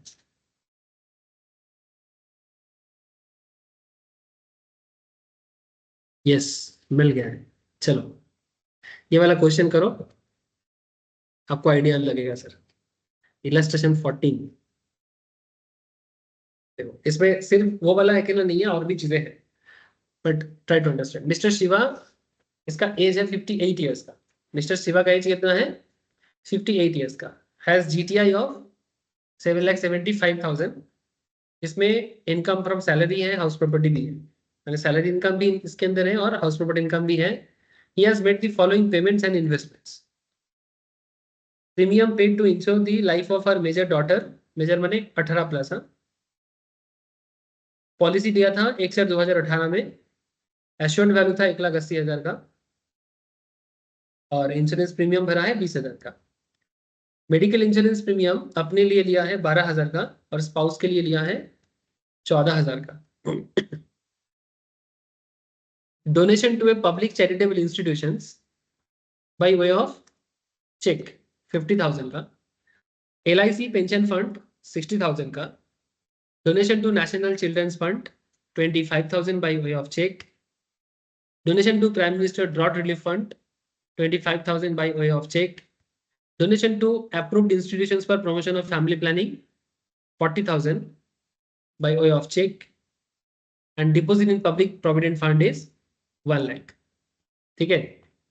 Compute the total income of Mr. Shiva assessment year 24-25 if he exercise the options from shifting out. Cheque आपको पता है। तो इस क्वेश्चन को करने के लिए सबसे पहले हमें ये देखना है कि डिडक्शंस किस किस केस में नॉर्मली मिलता है, और क्या क्या सेक्शंस का डिडक्शन इसके अंदर है। तो आपने पहले देख लिया आपका जीटीआई कितना है, 7,75,000 का, यहीं से स्टार्ट होता है, हमें पता है डिडक्शंस का। फिर आगे देखना है कि 80 इसमें है। Yes sir, public provident fund में कितना पैसा जमा किया था? पब्लिक प्रोविडेंट फंड में जमा किया था 1 लाख, है ना। तो 1 लाख को दिखाएंगे, बिकॉज यहाँ पर हम लोग को पता है कि 80C के अंदर पीपीएफ में 1.5 लाख तक छूट है, लेकिन सब मिला के 1.5 लाख होता है। ये बात हम लोग कल भी पढ़े और बहुत पहले से भी बात करते रहते हैं। Life insurance premium paid for insurance of major daughter, इसमें क्या है? Maximum 10% of the assured value. कल ये चीज बताए थे कि अगर ये लोन 31/3/12 के बाद लिया गया है तो सम एश्योर्ड का 10% लिया जाता है ना। और अगर 31/12 का पहले का है तो फिर 20% लिया जाता है। तो इसका सम एश्योर्ड कितने का था? 1,80,000 का।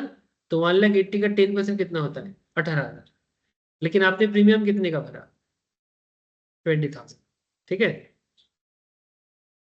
अच्छा, तो टोटल किधर कितना हो गया 80C के अंदर? 1,18,000। Deductions under 80CCC in respect of LIC pension fund. इस केस में आप देखो LIC पेंशन फंड में भी पैसा रखा होगा 60,000 का, और LIC पेंशन फंड आ जाता है आपका 80CCC के अंदर। तो 80C एंड 80CCC दोनों को मिला के आपका हो रहा है 1,78,000। ठीक है।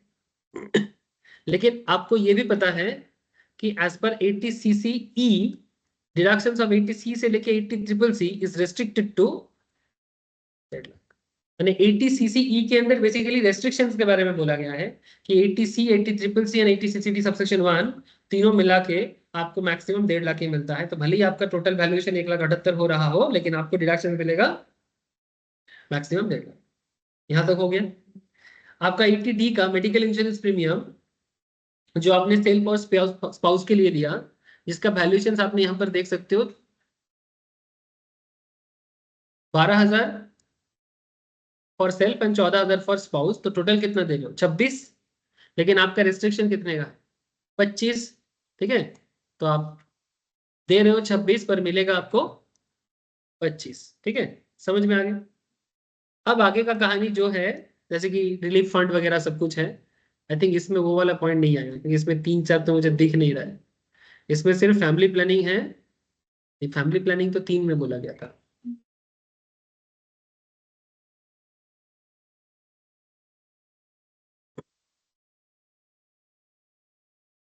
हाँ, फैमिली प्लानिंग 3 में है। तो देखो, तो इसमें donation to prime minister relief fund, donation to approved institution promotion of family planning, और कुछ बाकी है, donation to national children's fund. ये 2-3 टॉपिक है जिसका एडजस्टमेंट हमें 80G के अंदर करना है। तो 80G का कैलकुलेशन यहाँ पर कैसे होगा? देखो, वर्किंग नोट एक बना लेना साइड में, क्योंकि थोड़ा सा कैलकुलेट करके देना, दिखा सकते हो। लेकिन क्या है, अगर तुम इस चीज को, ये 80G का इतना बड़ा कैलकुलेशन को इसके अंदर दिखाओगे तो आपका बक्सा के अंदर बहुत ज्यादा किचिर मिचिर नहीं हो जाएगा, माने कंजेशन नहीं बन जाएगा। अगर आपका हैंड राइटिंग बहुत अच्छा है, आप दिखाओ, आई डोंट हैव इशू। जैसे मेरा जैसे हैंड राइटिंग होगा, ठीक है, अगर मेरा जैसा हैंड राइटिंग, मैं तो बिल्कुल नहीं करूंगा। हाँ मैम कर सकते हैं, आप लोगों का हैंड राइटिंग अच्छा है, कर सकते हो, ठीक है। अगर हैंड राइटिंग सही है तो फिर बनाओ ना, इसके अंदर कोई इशू नहीं है। लेकिन हैंड राइटिंग अगर सही नहीं है तो अलग से वर्किंग नोट दिखा दो सर, बेस्ट है। नहीं तो एडजस्टमेंट का हिसाब इतना खींचेगा, फिर टीचर भी कहाँ खत्म हो रही है, ठीक है। और इतना कंजेशन होने से आपका प्रेजेंटेशन खराब हो सकता है। और क्योंकि यहाँ पर कुछ एडजस्टमेंट भी तो है, इतना सारा चीज कहाँ लिखोगे तुम, ठीक है। वो एडजस्टमेंट भी तो आपको बताना है। देखो, देखो टैक्स में ना ऐसा कोई रूल नहीं है अकाउंट्स की तरह कि ऐसा ही फॉर्मेट करना है। टैक्स में, कॉस्ट में थोड़ा बहुत है जहां पर अकाउंटेंसी रिलेटेड कुछ बात आता है, पीएल का जहां पर कॉन्सेप्ट होता है। बट अदरवाइज कैलकुलेशन करने का कोई नियम कॉस्ट में भी नहीं है। फिनांस में भी तो ऐसा कोई नियम नहीं है कि ऐसा ही करना पड़ेगा। और टैक्सेशन के अंदर भी ना ऐसा कहीं पर भी बोला नहीं कि ऐसा कॉलम बनाओ, ऐसा कॉलम बनाओ, ऐसा कहीं पर भी बोला नहीं। बट इतना कैलकुलेशन करो, ऐसे प्रेजेंटेशन करो ताकि अगला को समझ में। नेशनल चिल्ड्रन फंड 25,000 कितना मिलता है, 100%। Prime minister drought relief fund 25,000 कितना मिलता है, 50%, 12.5। Approved institutions for promotion of family planning 40 दिया है, 100% subject to qualifying limit 40। Public charitable trust कितना है, 50,000, 50% सब्जेक्ट टू क्वालिफाइंग लिमिट। अब ये जो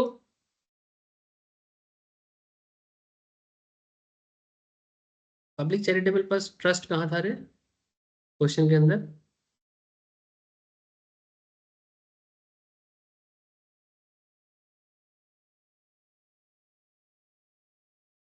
क्या क्या मुझ कुछ मिसिंग हो रहा है मेरे से।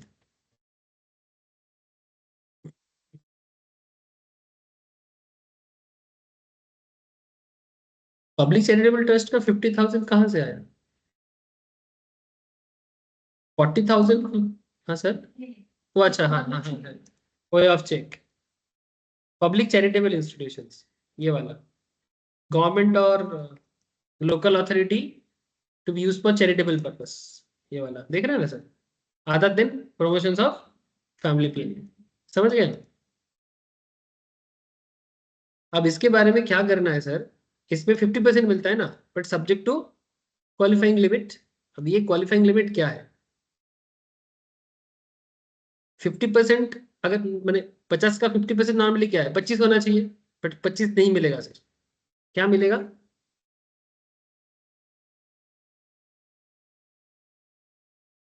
एडजस्टेड टोटल इनकम कैलकुलेट करना है।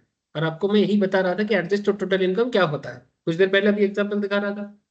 सर आपका ग्रॉस टोटल इनकम जितना है, जैसे कि 7,75,000, यहां से माइनस करना है amount of deduction under 80C to 80U except section 80G, that is 6 lakh in this case। माने 7,75,000 से 80C से 80U का जितना भी वैल्यूएशन आया है, वो सारा चीज आप माइनस करो 80G छोड़ के। मैंने हमको यहाँ पर जैसे दिख रहा है 7,75,000 से 1.5 लाख माइनस करो और 25,000 माइनस करो, कितना हो रहा है, अरे 7,75,000 आपका GTI है। यहाँ से 80C से 80U का जो डिडक्शन है, ये हमें माइनस कर देना है। तो इतना करने से मेरा हो रहा है 1,75,000। तो अल्टीमेटली मेरा बन रहा है कितना, 6 लाख। ये 6 लाख का 10% में अलाउ करता है, 6 लाख का 10% बोलते हैं सर। 6 लाख का 10% तक हमें अलाउ करता है of adjusted total income is the qualifying limit in this case. तो 6 लाख का 10% कितना होता है, 60,000। अच्छा, क्या समझा। अच्छा यहाँ पर क्या क्या हुआ है देखो, Firstly, donation of 40,000 to approved institutions for family planning qualifying for 100% deductions subject to qualifying limit has to be adjusted against this amount, and thereafter donation to public charitable trust qualifying for 50% donation subject to qualifying limit is adjusted. Hence, the contribution of 50,000 to public charitable trust is restricted to 20,000. ठीक है, मैंने 60,000 and 40,000. 40 कहां से आया?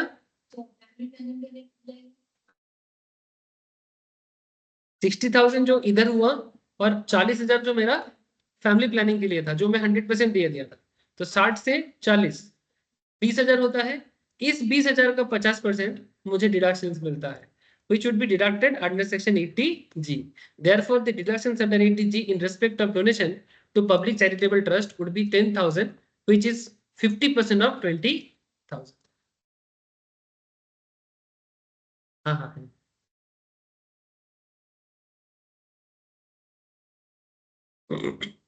समझे sir? मैं फिर से एक बार बता देता हूँ. देखो, ये जो रूल आपको मैं अभी पढ़ाया, इस रूल को फिर से एक बार पढ़ो. क्या बोला? Computed adjusted total income, that is GTI, as reduced by the following deductions under chapter 6 से except 80G जो हम लोगों ने अभी किया. Short term capital gain taxable under 11A, ये सब ये अगर होगा ये भी माइनस होता, ये नहीं है क्वेश्चन के अंदर. फिर हमें क्या कैलकुलेट करना है? 10% of adjusted total income. Step 3 में क्या करना है? Calculate the actual donation which is subject to qualifying limit. Lower of step 2 and step 3 maximum permissible deductions. Step 5 बोलता है the set deduction is adjusted first against donation qualifying for 100% deduction. मैंने जो आपका deduction है उसको पहले adjust करना है 100%. मैंने आपका टोटल बना था 60,000, लेकिन आपका 100% डिडक्शन कितना था 80G में? 40,000 जो आपने फैमिली प्लानिंग के लिए दिया था, उसके साथ एडजस्ट करने के बाद जो बचेगा उसका 50% करने से जितना होता है वही अमाउंट आपको चैरिटेबल के लिए मिलेगा.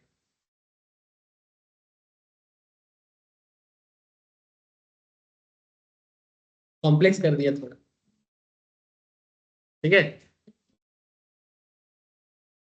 80G जिसमें होगा, और 80G का हर केस में नहीं, 3 और 4 वाला कैटेगरी के लिए.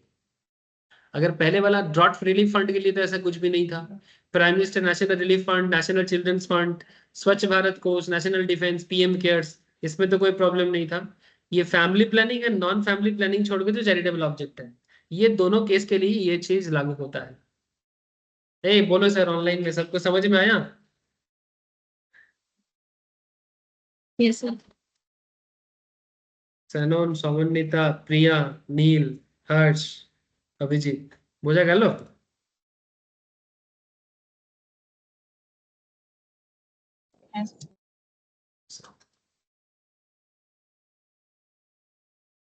यही है सर, डिडक्शंस का झमेला यही है और कुछ नहीं.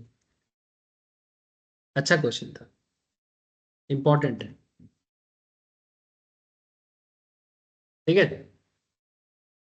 और क्या है देख लेते हैं थोड़ा.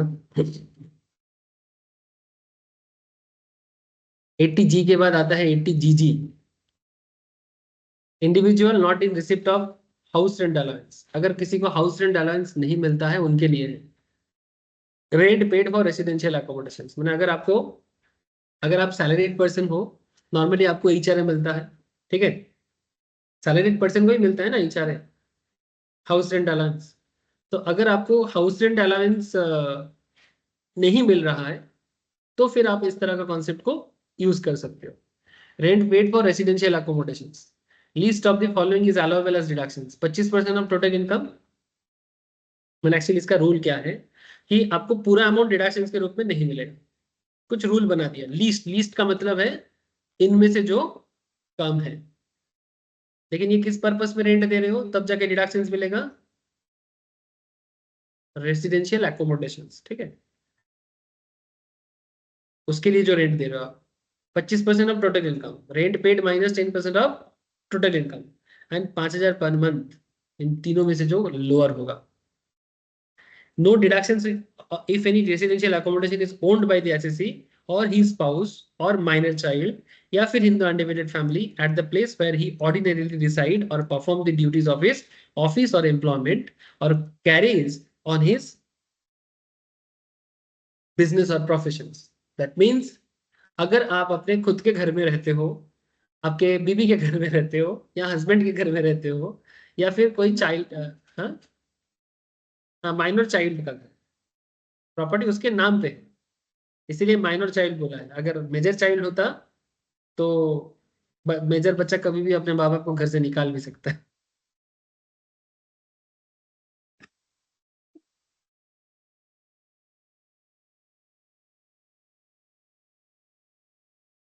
समझे सर? तो इसलिए बोला माइनर चाइल्ड। तो आप अगर ऐसे किसी घर में हो और वहां रह के आप ऑफिस का सारा काम कर रहे हो, तो फिर आपको कोई डिडक्शन नहीं मिलेगा। मैंने अगर आपको HRA नहीं मिल रहा है तो इसका कारण है, और अगर मिल रहा है तो मतलब ये सब रहने के बाद आप खुद के घर पे रहते हो और फिर आप रेंट भी देते हो, ठीक है, और फिर उसका डिडक्शन भी मांगते हो, काय को? अगर पता चल जाता है तो फिर ये डिडक्शन नहीं मिलेगी। इसलिए बोला no deduction if any residential account is owned by the assessee और हिज स्पाउस और बाय माइनर चाइल्ड और HUF the place where he ordinarily reside और perform the duties of his office and etcetera. तो in that case deduction available नहीं। But rule ये है कि total income का 25%, rent paid minus 10% of total income and 5,000 per month, इन तीनों में से जो लोअर होगा ये डिडक्शंस के रूप में rent paid for residential accommodation आपका डिडक्शंस के रूप में मिलता है। हाँ एनुअली, ऑब्वियसली एनुअल है, सारा चीज एनुअल है। 5,000 पर मंथ माने साल का 60,000। 80 GGA।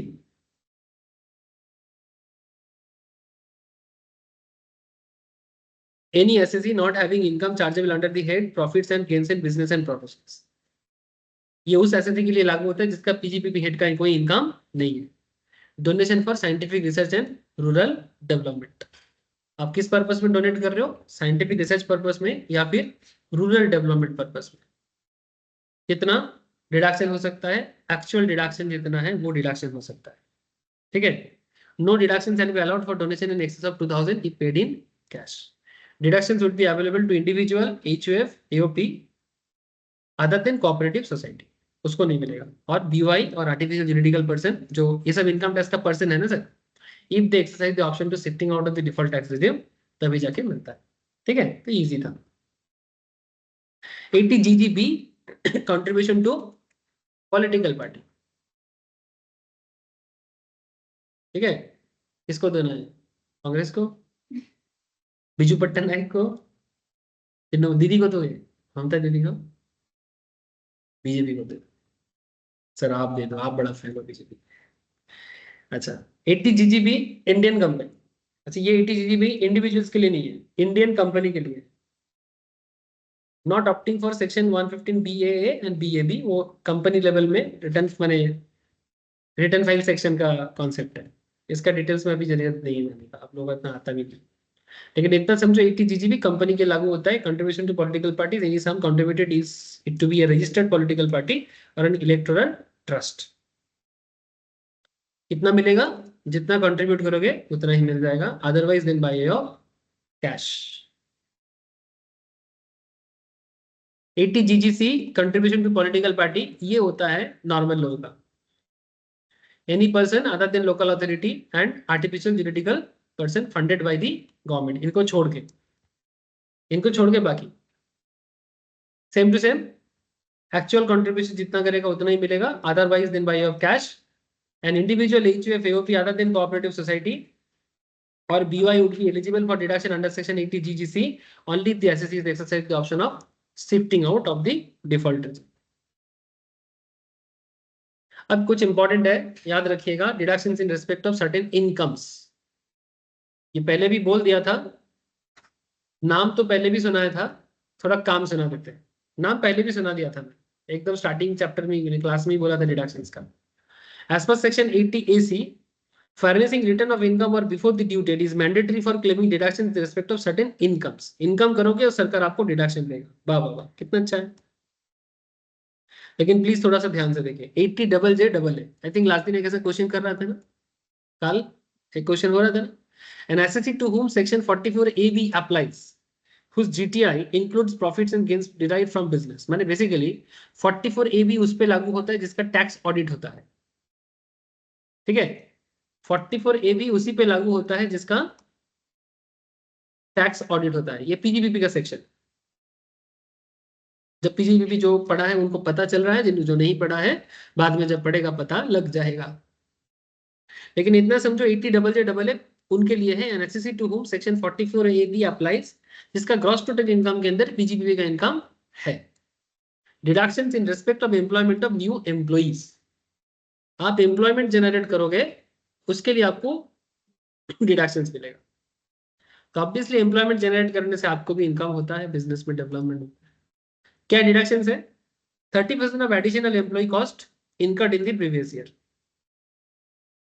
मैंने एक्चुअली प्रीवियस ईयर क्यों? क्योंकि हम लोगों को पता है कि हम लोग प्रीवियस ईयर के बेसिस में ही असेसमेंट ईयर में टैक्स का कैलकुलेशंस करते हैं। तो अगर ये जैसे अभी असेसमेंट ईयर चल रहा है 24-25, तो इस बार जो भी टैक्स कैलकुलेशंस हो रहा है वो सभी चीजें 23-24 के हिसाब से ही हो रहा है, इसीलिए प्रीवियस ईयर। तो अगर किसी एम्प्लॉयर ने 30% ऑफ एडिशनल एम्प्लॉय कॉस्ट जो उसने एम्प्लॉय के पीछे खर्चा किया उसका अमाउंट यहाँ पर आपको डिडक्शंस के रूप में मिलेगा। अगर एम्प्लॉय के पीछे आपका 10 लाख का खर्चा है तो उसका 30% जितना होता है। Deductions is allowable for 3 assessment years, including assessment year relevant to the previous year in which such employment is provided। ये जो deductions है ये 3 assessment year तक आप क्लेम कर सकते हो। जिस साल assessment year मैंने 24-25 में तो आप क्लेम कर ही सकते हो। अगर एक ही बार में पूरा क्लेम आपको इनकम टैक्स डिपार्टमेंट लेने नहीं देता तो अगला और भी 2 असेसमेंट ईयर तक आप इसको क्लेम कर सकते हो।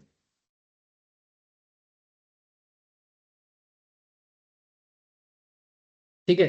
Deductions would be available in respect of the regime under irrespective of the regime which employment pays tax। माने कोई भी regime में आपको ये मिल जाता है। माने 115 बीएससी में भी मिलता है और 115 बीएससी सबसेक्शन 1 में भी मिलता है, ओल्ड न्यू दोनों में मिलेगा। तो ये हो गया 80JJAA और एक शायद one of a few cases जहां पर आप देख रहे हो कि दोनों स्कीम में ही बेनिफिट दिया जा रहा है। कितना मिलेगा? 30% of the additional employee cost incurred in the previous year, वो डिडक्शंस के रूप में आपको मिलेगा। किस पर्पस में मिलता है? Deductions in respect of employment of new employees. Concept याद रखिएगा, वाइटल। 80QQB, इसके बारे में भी लास्ट दिन में थोड़ा सा बात हो रहा था लेकिन मैं डिटेल्स में नहीं गया। Resident individual being an author, लिखते हो, ठीक है। जेके रावलिंग कौन है? हैरी पॉटर का, ठीक है। आप लोग लेडीज है इसलिए बोला, जेके रावलिंग हैरी पॉटर को लिखा। हैरी पॉटर देखे हो ना? आधा आधा। मेरे को तो सर फॉरेन चीजें पसंद नहीं है, मैं इसलिए कम ही पढ़ता हूँ फॉरेन चीजें। अच्छा, लेकिन काफी लोग हैं सर फैन फॉलोअर्स, बहुत फैन फॉलोअर्स है। World's largest selling books. Resident individual being an author, royalty income et cetera of authors of certain books other than text books. ये टेक्स्ट बुक के लिए नहीं है। जैसे आप लोग ये सब किताब क्या है? टेक्स्ट बुक है। जो टेक्स्ट बुक लिखेगा उसके लिए नहीं, ठीक है। ये टेक्स्ट बुक छोड़ के साइंस फिक्शन का लिखो, स्टोरी का किताब लिखो, उनके लिए। Consideration for assignment of grant of any of his interest in the copyright of any book being a work of literary, artistic or scientific nature, or royalty or copyright fee received as lump sum or otherwise। माने ये कौन सा income में आपको deduction मिलेगा? अगर आप किताब लिखते हो, नॉर्मली किताब का क्या होता है, सपोज आप एक अच्छा ऑथर हो, आप बुक्स को लिखते हो, तो उसको लिखने के बाद कोई ना कोई पब्लिशर्स आपका किताब छपने के लिए आता है। अब जब आप वो उसको एक्चुअली हिंदी में हम लोग बोलते हैं वो किताब को लिखने के बाद जो पब्लिशर्स के पास कभी कभी जाना पड़ता है तो उसे हम लोग बंगाली में बोलते हैं पांडुलिपि, ठीक है। मैंने उसका जो रॉ डॉक्यूमेंट्स होते हैं, तो पब्लिशर क्या करता है, वो रॉ डॉक्यूमेंट जिसको पांडुलिपि बोलते हैं हम लोग बंगाली में, तो वो पूरा खरीद लेता है। खरीदने का 2 उपाय होता है। एक होता है कि ये जो पब्लिशर्स है वो समझ लेता है उसको पढ़ के कि इस किताब का मार्केट हो सकता है कि नहीं हो सकता। अगर वो समझ लेता है मार्केट होगा तो वो तुमको ना लम सम ऑफर करेगा कि आप ना 50 लाख रखो और ये पूरा मुझे दे दो। अब देखो भाई, आप ऑथर हो, जिंदगी भर तो कुछ काम नहीं करते हो, क्योंकि ऑथर लोग थोड़ा क्रिएटिव होते हैं। ये लोग छोटा मोटा काम तो कर नहीं सकते, तब क्रिएटिव होते हैं ना। तो देखते हैं भाई जिंदगी भर इतना लिखा किया, कोई दाम नहीं दिया, बंदा 50 लाख दे रहे हैं, दे देते हैं। तो इस तरह से लमसम इनकम उनको हो जाता है। लेकिन और एक चीज भी होता है, जो जिनको अपना गुण का पता है, मैंने उनको पता है कि व्हाट सी और ही हैज, ठीक है, अगर उसको पता है कि अपना वैल्यू आता है उसको, तो बोलते हैं नहीं नहीं हमको लमसम नहीं चाहिए, हमें रॉयल्टी चाहिए, वो भी इंस्टॉलमेंट में, डिपेंडिंग ऑन दी जितना किताब बिकेगा उसके ऊपर ही हमें चाहिए, कमीशन लेंगे हम। अगर आपका किताब जितना भी बिकेगा उसके ऊपर मेरे को 30% 40% चाहिए, क्योंकि उनको पता है कि ये किताब बिकने वाला है। ये डिपेंड करता है सर पूरा अपने माइंड पे कि क्या हो सकता है क्या नहीं। और जितना बड़ा पब्लिशर्स उसके ऊपर उतना बड़ा प्रमोशनल, यानी पब्लिशर बड़ा होने से किताब का प्रमोशन ज्यादा मिलता है ना। कितना अच्छा अच्छा मूवीज है सर मार्केट में चलता नहीं है, जस्ट ड्यू टू अच्छा पब्लिसिटी नहीं मिला, या फिर अच्छा पब्लिशर्स या क्या बोलते हैं उसको प्रोड्यूसर्स नहीं मिला, है ना। और कितना गंदा गंदा बेकार बेकार मूवी हर सिनेमा हॉल के सामने टंगा रहता है, जिसके अंदर कुछ नहीं है लेकिन बहुत चल रहा है। Income derived in the exercise of professions और 3 lakh which ever is less. इस प्रोफेशन के कारण आपको जो इनकम जनरेट होता है या फिर 3 लाख, इनमें से जो कम होगा वो आपको डिडक्शंस के रूप में मिलेगा। Copyright fee received otherwise than by way of lump sum, income to be restricted to 50% of the 15% of the value of the book sold during the relevant previous year. In respect of royalty or copyright fee received otherwise than by way of lump sum, lump sum को छोड़ के income to be restricted to 15% of the value of book sold, मैंने जितना किताब बिकेगा उसका 15% तक आपको मिल सकता है deduction during the relevant previous year, मैंने लास्ट ईयर। अगर टोटल जितना भी, अगर मानो 10 लाख का बिका है तो 15% तक ही आपको डिडक्शन के रूप में मिल सकता है। ये रॉयल्टी और कॉपीराइट फी के केस में। और अगर आपको डायरेक्ट इनकम हो रहा है तो जितना इनकम होगा या 3 लाख और सेकंड वाला केस में लमसम वाला मैटर नहीं है, जो आपको मैं बता रहा था वही दोनों केस बता दिए। और ये शिफ्टिंग आउट होने से ही 80 QQ भी हो सकता है, याद रहेगा QQ B।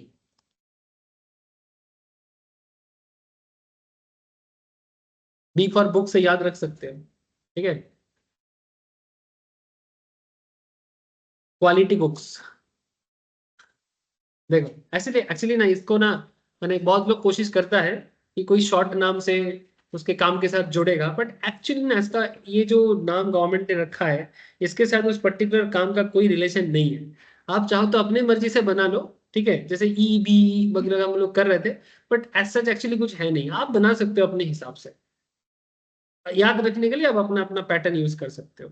मैं इसके लिए कोई पैटर्न मुझे तो ठीक नहीं लगा, ठीक है, क्योंकि समय के साथ साथ ना इंस्टीट्यूट गवर्नमेंट वगैरह क्या करते हैं इसको चेंज करते रहते हैं, इसलिए ज्यादा कुछ मैं इसमें इनोवेशंस करने का ट्राई नहीं करता। मैंने भाई मैं एक ही चीज कोशिश करता हूँ कि इस हर चीज का इंपॉर्टेंस बताने का कोशिश करता हूँ, क्योंकि एटलीस्ट अगर मैं इंपॉर्टेंस आपके दिमाग में घुसा दूं, मुझे इतना पता है कि आपके दिमाग में वो चीज रह जाएगा, अगर आप थोड़ा सा घर में मेहनत करोगे लिख के तो दिमाग में रह ही जाएगा, इतना गारंटी है।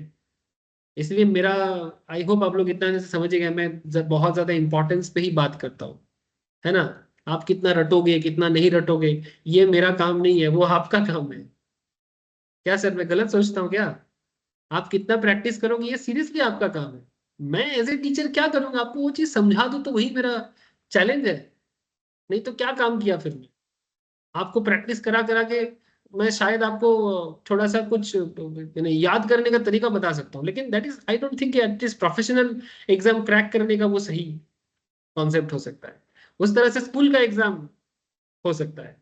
मेरे गांव में एक टीचर था, इंग्लिश और मैथ सिर्फ प्रैक्टिस कराता था, इतना प्रैक्टिस कराता था लोगों का पेज भर जाता था, किताब कॉपी खत्म हो जाता था, लेकिन किसी को बोलो कि वो मैथ समझा दे, नहीं।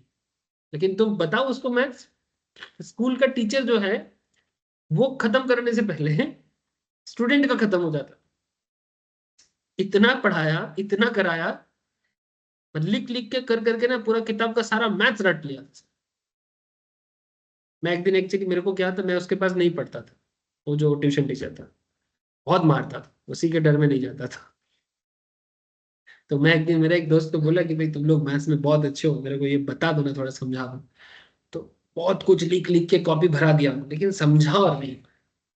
हाँ, वो सिर्फ सॉल्व कर रहा है, आंसर भी मैच कर रहा है, ठीक है। इवन जब टीचर क्लास में आता है स्कूल में, उन्हीं लोगों को बुलाते हैं, वो जाके टीचर से पहले सॉल्व कर देता है। लेकिन किसी को समझाने बोलो नहीं। तो ये बचपन में समझ में नहीं आता था, बाद में पता चला भाई ये तरीका से ना ज्यादा दूर जाया नहीं जा सकता।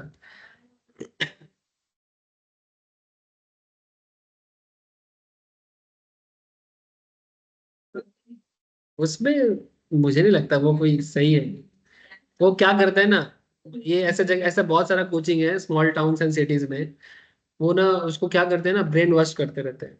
मानो कि 15 में से 15-20 बच्चा या 50-100 बच्चा है मानो, ठीक है, या 150-200 बच्चा है, उसमें से एक बच्चा डॉक्टर बन गया, ठीक है, उसके नाम पे बाकी सबको गधा बना के रखता है। और वो लोग दिन रात उसी में पढ़ा है। और जब वो अल्टीमेटली बनेगा तो भाई एक ही या दो, ठीक है, बाकी 195 तो बनेगा नहीं। लेकिन वो 195 का ब्रेन का जो हालत होगा, वो आगे जाके सीधा खड़ा ही नहीं हो सकता, क्योंकि उसका ओपन सोचने का तरीका ही खत्म हो गया। एक्चुअली उसके अंदर डॉक्टर इंजीनियर बनने वाला कुछ क्वालिटी था ही नहीं, और उसको जबरदस्ती वो डॉक्टर इंजीनियर के पीछे माथा खराब किया। जो डॉक्टर या इंजीनियर बना उसके अंदर क्वालिटी था, लेकिन जबरदस्ती वो कोचिंग इंस्टीट्यूट, ठीक है, पूरा क्रेडिट अपने ऊपर ले लिया। ठीक है। और डेंजरस चीज क्या होता है कि ये लोग बाद में जब सक्सेस नहीं होता फिर सुसाइड करता रहता है, और या फिर बिगड़ जाता है, नशाड़ी गंजाड़ी हो जाता है, खत्म, क्योंकि दिमाग पूरा बंद हो जाता है। और ये एजुकेशन सिस्टम में बिल्कुल पसंद नहीं करता। इवन मेरा एक दोस्त था, एक नहीं था, 4-5 दोस्त था, ऐसे ही कोचिंग में पढ़ता था। वहां पर अगर तुम पढ़ोगे तो तुम किसी और वहां के स्टूडेंट को छोड़ के किसी और के साथ तुम बात नहीं कर सकते। ठीक है, तो उसमें से एक लड़की था, उसके साथ मेरा अच्छा दोस्ती था, क्लास 10 तक अच्छा फ्रेंडशिप था। जैसे ही वो वाला कोचिंग में एडमिशन लिया, तो एक दिन मैं रास्ते में ना उनसे ऐसे ही ऐसा करके उनसे बात करने गया, वो मेरे से मुंह फेरा के चला गया।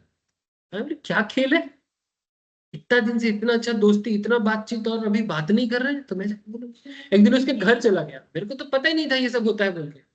फिर मैं बोला, तू बात नहीं करता है?" तो फिर वो घर के बाहर भी नहीं आ रहा है। फिर उसका माँ बाहर निकली, उसका माँ बाहर निकल के बोले कि बाबू ऐसा ऐसा बात है, तुम आगे से इससे बात मत करना।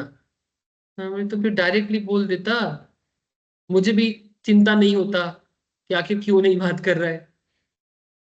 तो तब मेरे को ना कोचिंग के ऊपर कितना गुस्सा आया मैं नहीं बोल सकता आपको, वो तो छोड़ो, लेकिन मुझे मेरे उस फ्रेंड पे गुस्सा आया कि भाई तुम्हारा इतना भी पर्सनैलिटी नहीं है कि ये कोचिंग इंस्टीट्यूट तुम कैसे चलोगे, कैसे खाओगे, कैसे सोगे, वो डिसाइड करेगा।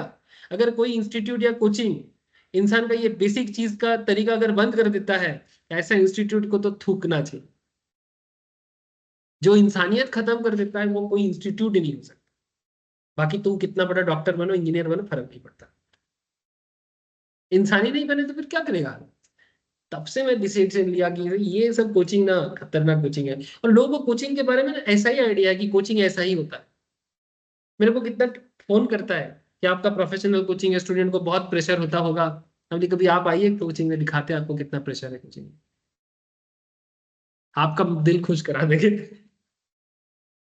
ये जो ये सब जो होता रहता है, जो अलग अलग जगह में जो खबर आता रहता है, क्यों ना वहां पर ना फ्री माइंड पे लोगों को पढ़ने नहीं दिया जाता।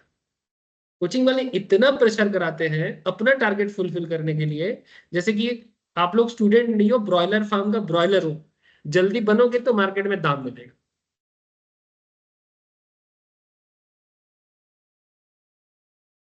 ब्रॉयलर फार्म बना के रखे क्या, ठीक है, पूरा ब्रॉयलर फार्म है। बहुत लोग मेरे को बोलते हैं कि आपके यहाँ से कितना पास करते हैं, आप भी एडवर्टाइजमेंट करो। तो बोले भाई देखो, मेरे को ये तरीका ही पसंद नहीं। फोटो तो ऐसे ही चिपका जा सकता है, फोटो चिपकाने में क्या है, लगाओ ना फोटो, कितना लगाएंगे। इतना दिन से 10 साल से पढ़ा रहे, कम स्टूडेंट पास किया है क्या।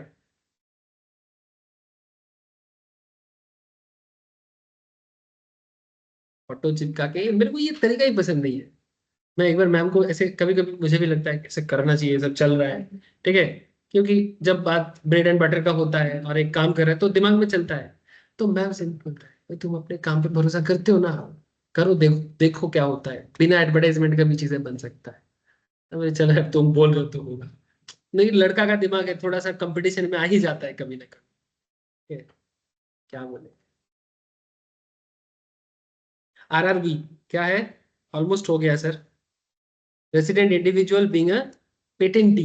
पेटेंट क्या होता है भाई? सुनो, पेटेंट क्या होता है, मैंने बेसिकली आप कुछ बनाए हो, आविष्कार, ठीक है, डिस्कवर किया, लाइक कोई फोन का एक ऐप डेवलप कर दिए जिस ऐप से काफी सारा चीजें होते हैं इस तरह का, ठीक है, और उस पर आप पेटेंट करवा लेते हो, और पेटेंट के बदले ना कोई बड़ा कंपनी आपको आपका वो चीज खरीद लेता है कि भाई इसका ये ऐप हम यूज करेंगे अपने मोबाइल में, और बदले में हम आपको कॉपीराइट नहीं, सॉरी, रॉयल्टी देते हैं। इसको कॉपीराइट नहीं बोलते हैं, कॉपीराइट वो किताब में बोलते हैं, और डिस्कवरीज में या फिर आविष्कार वगैरह में पेटेंट बोलते हैं, बस यही फर्क है और कुछ नहीं।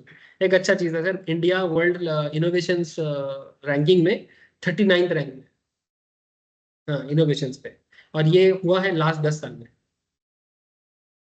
क्या क्रेडिट मोदी जी को जाना चाहिए, डोंट नो, बट ठीक है, डोंट नो, बट क्या है ना, हर इंपॉर्टेंट चीज क्यों रिलेट हो रहा है, दैट्स अ क्वेश्चन। मैंने मैं भी नहीं चाहता हूँ कि पॉलिटिकल चीजों को कनेक्ट करें, बट जो चीज 20 साल में 30 साल में नहीं हुआ है वो 10 साल में ही क्यों हुआ है? वर्ल्ड इनोवेटिव रैंक में 39th रैंक में इंडिया आया है, जहां पर अगर तुम थोड़ा पीछे चले जाओ, 2014 के पीछे चले जाओ, इंडिया का रैंक 100 के उस पार था।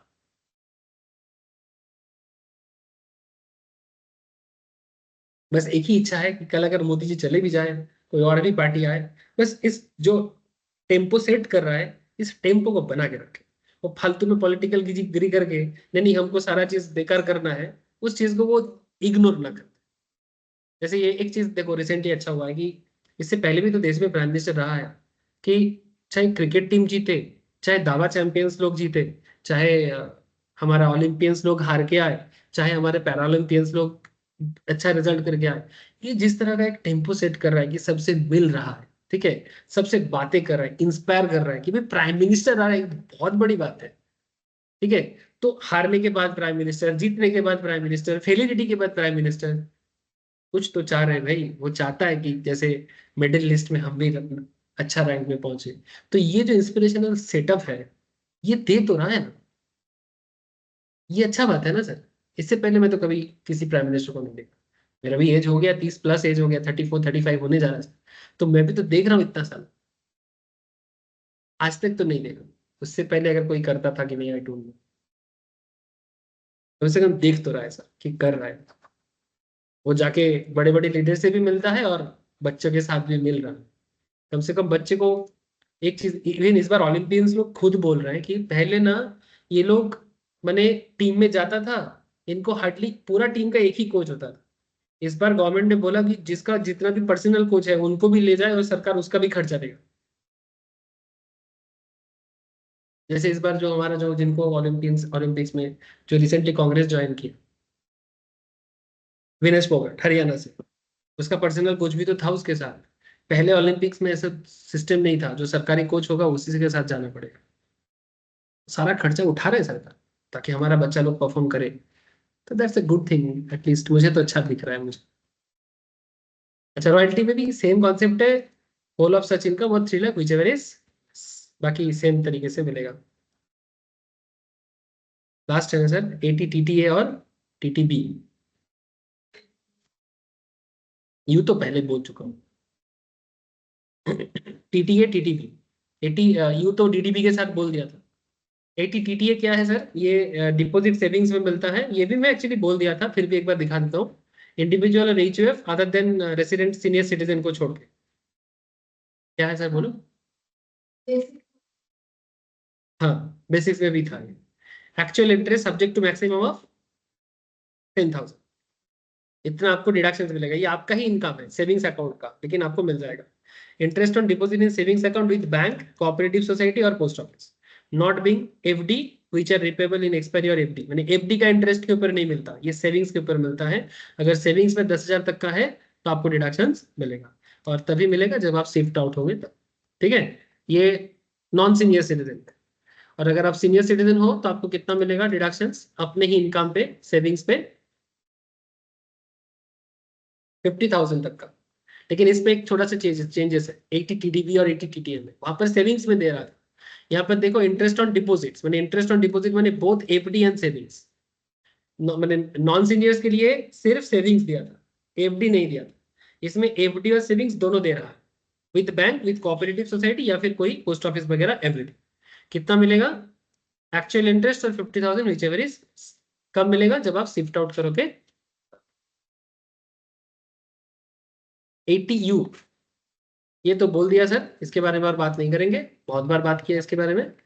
एक डिफिकल्ट चीज आ गया सर, 5-10 मिनट दे देते हैं, खत्म हो जाएगा। इसके ऊपर क्वेश्चंस भी हैं, आप लोगों को घर पे होमवर्क दूंगा, करके लाना नेक्स्ट वीक। NAA ये उनके लिए है sir, an assessee who derives profit from an undertaking being units established in SEZ which begins to manufacture or produce article or thing or provide any service or on or after 1/4/2005 but before 1/4/2021, ये date है, ठीक है। तो क्या करता है वो, SEZ में होता है और कोई चीज मैन्युफैक्चर करता है, begins to manufacture or produce article or thing or provide any service on or after 2021 तक, ठीक है। 1/4/2005 के बाद बट बिफोर 2021 से पहले अप्रैल का। अब यहाँ पर इंटरेस्टिंग पॉइंट है सर, ये SEZ क्या है और इसको कहाँ देखने को मिल सकता है। सर हमारे पास में ही एक SEZ है, अपडेट।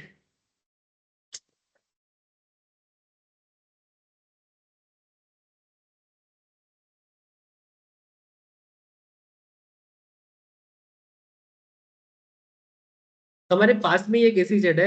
आप लोग न्यू टाउन में तो आसपास में ही रहते हो ना, इस्टपुर न्यू टाउन आसपास में ही है। मैं आपको दिखा देता हूँ सर एक SEZ।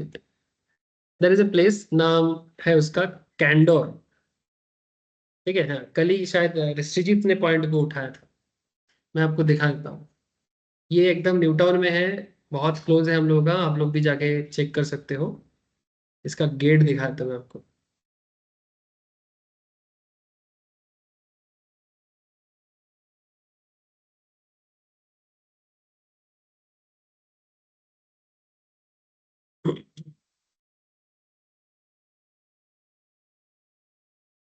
ये जो देख रहे हो ना सर, ये सब SEZ के अंदर ही बना हुआ है, सब ऑफिस स्पेस है, ठीक है। बेसिकली सब IT सेक्टर्स वाले कंपनीज हैं और इसमें आपको सर्विस का मैक्सिमम मिलेगा। और ये SEZ है, ये SEZ है, ये कैसे पता चलता है, यहाँ पर ना एक गेट है सर इसका। तुम अगर पास में जाओगे ना, इस एरिया में कैंडोर में, न्यू टाउन में ही है, थोड़ा सा इको स्पेस से राइट साइड में जाना पड़ता है, तुमको ना दिखेगा। मैंने एक्चुअली लिखा है उसके ऊपर स्पेशल इकोनॉमिक जोन बोल के, वही मैं ढूंढ रहा था बट करेंटली दिखाई नहीं दे रहा है। आप लोग घर पे जाके एक बार सर्च करना, वो दिखेगा आपको।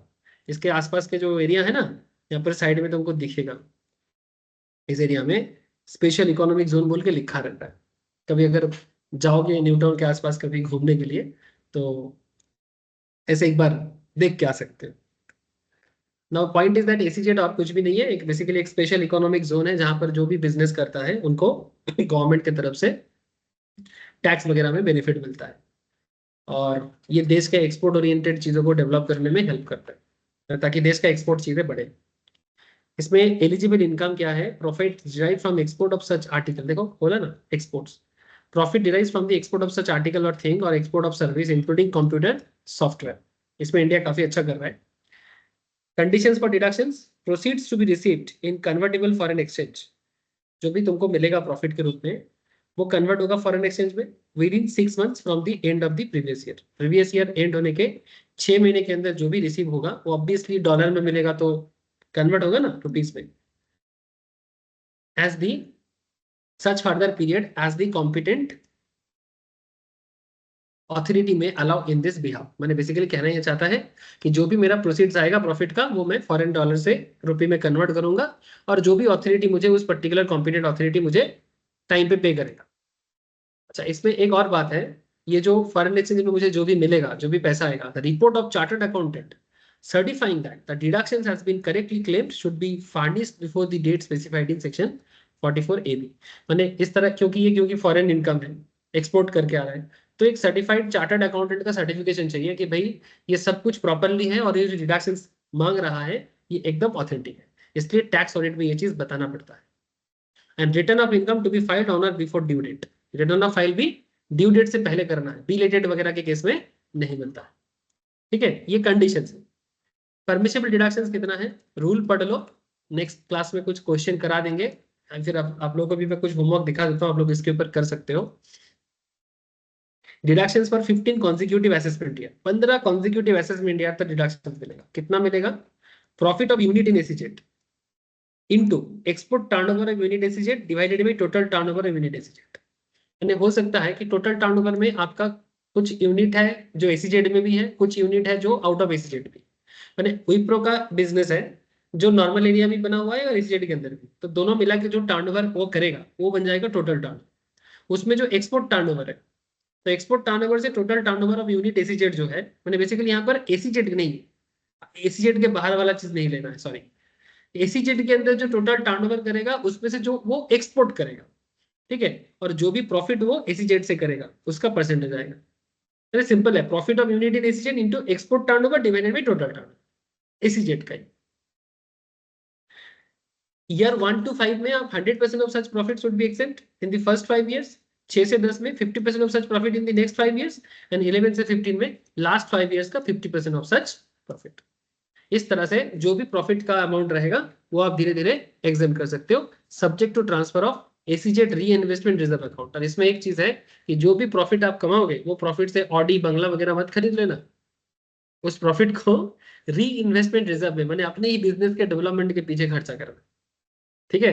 नहीं तो प्रॉफिट देखते ही क्या होता है, ऑडी बंगला खरीद लेता है, ठीक है, बंगला समझते हो ना, तो बड़े बड़े अपना पर्सनल बिल्डिंग खरीद लेते हैं, पहला पहला करोड़ों का प्रॉफिट है तो खरीद लेते हैं। लेकिन नहीं, इसको कहाँ डालना पड़ेगा? एसीजेड री इन्वेस्टमेंट रिजर्व में, दिस इज द कंडीशंस, तभी जाके गवर्नमेंट आपको ये बेनिफिट देगा। एक काम करिएगा, एसीजेड के रिगार्डिंग 2 क्वेश्चन मिलेगा आपको इस नोट्स के अंदर। कॉन्सेप्ट सिंपल है, एक इलस्ट्रेशन आपको मिल जाएगा, आई थिंक लास्ट इलस्ट्रेशन से, इलस्ट्रेशन 19 या समथिंग 21, ठीक है। यहाँ पर एक 21 मिलेगा आपको, इसी कॉन्सेप्ट पे बना हुआ है। और प्रैक्टिस क्वेश्चन के अंदर आपको 2-3 क्वेश्चन मिल जाएगा। ये देखो, क्वेश्चन नंबर 6, प्रैक्टिस क्वेश्चन के अंदर क्वेश्चन नंबर 6। जिनके पास ये नोट्स नहीं है प्लीज मेरे से कलेक्ट कर लेना। प्रैक्टिस क्वेश्चन से क्वेश्चन नंबर 6 और इसमें से इलस्ट्रेशन 21, दोनों ही एसीजेड के ऊपर है, मस्ट डू होमवर्क है सर, ठीक है। इसके बाद तो क्लास दुर्गा पूजा के बाद ही होगा टैक्स का, लेकिन इन द मेन टाइम एक छोटा सा काम करना sir, deductions and total income related जितना भी प्रैक्टिस क्वेश्चंस है सारा एक बार कवर करना। जो भी पॉइंट में डाउट होगा प्लीज मुझे पूछिएगा। मैं आशा करता हूँ कि आपको लोगों को डिडक्शंस में कोई डाउट नहीं होना चाहिए, ठीक है। Thank you sir. कल आ रहे हो class? Okay, Sanon, Priya, Neel, Harsh, bye sir. Bye sir.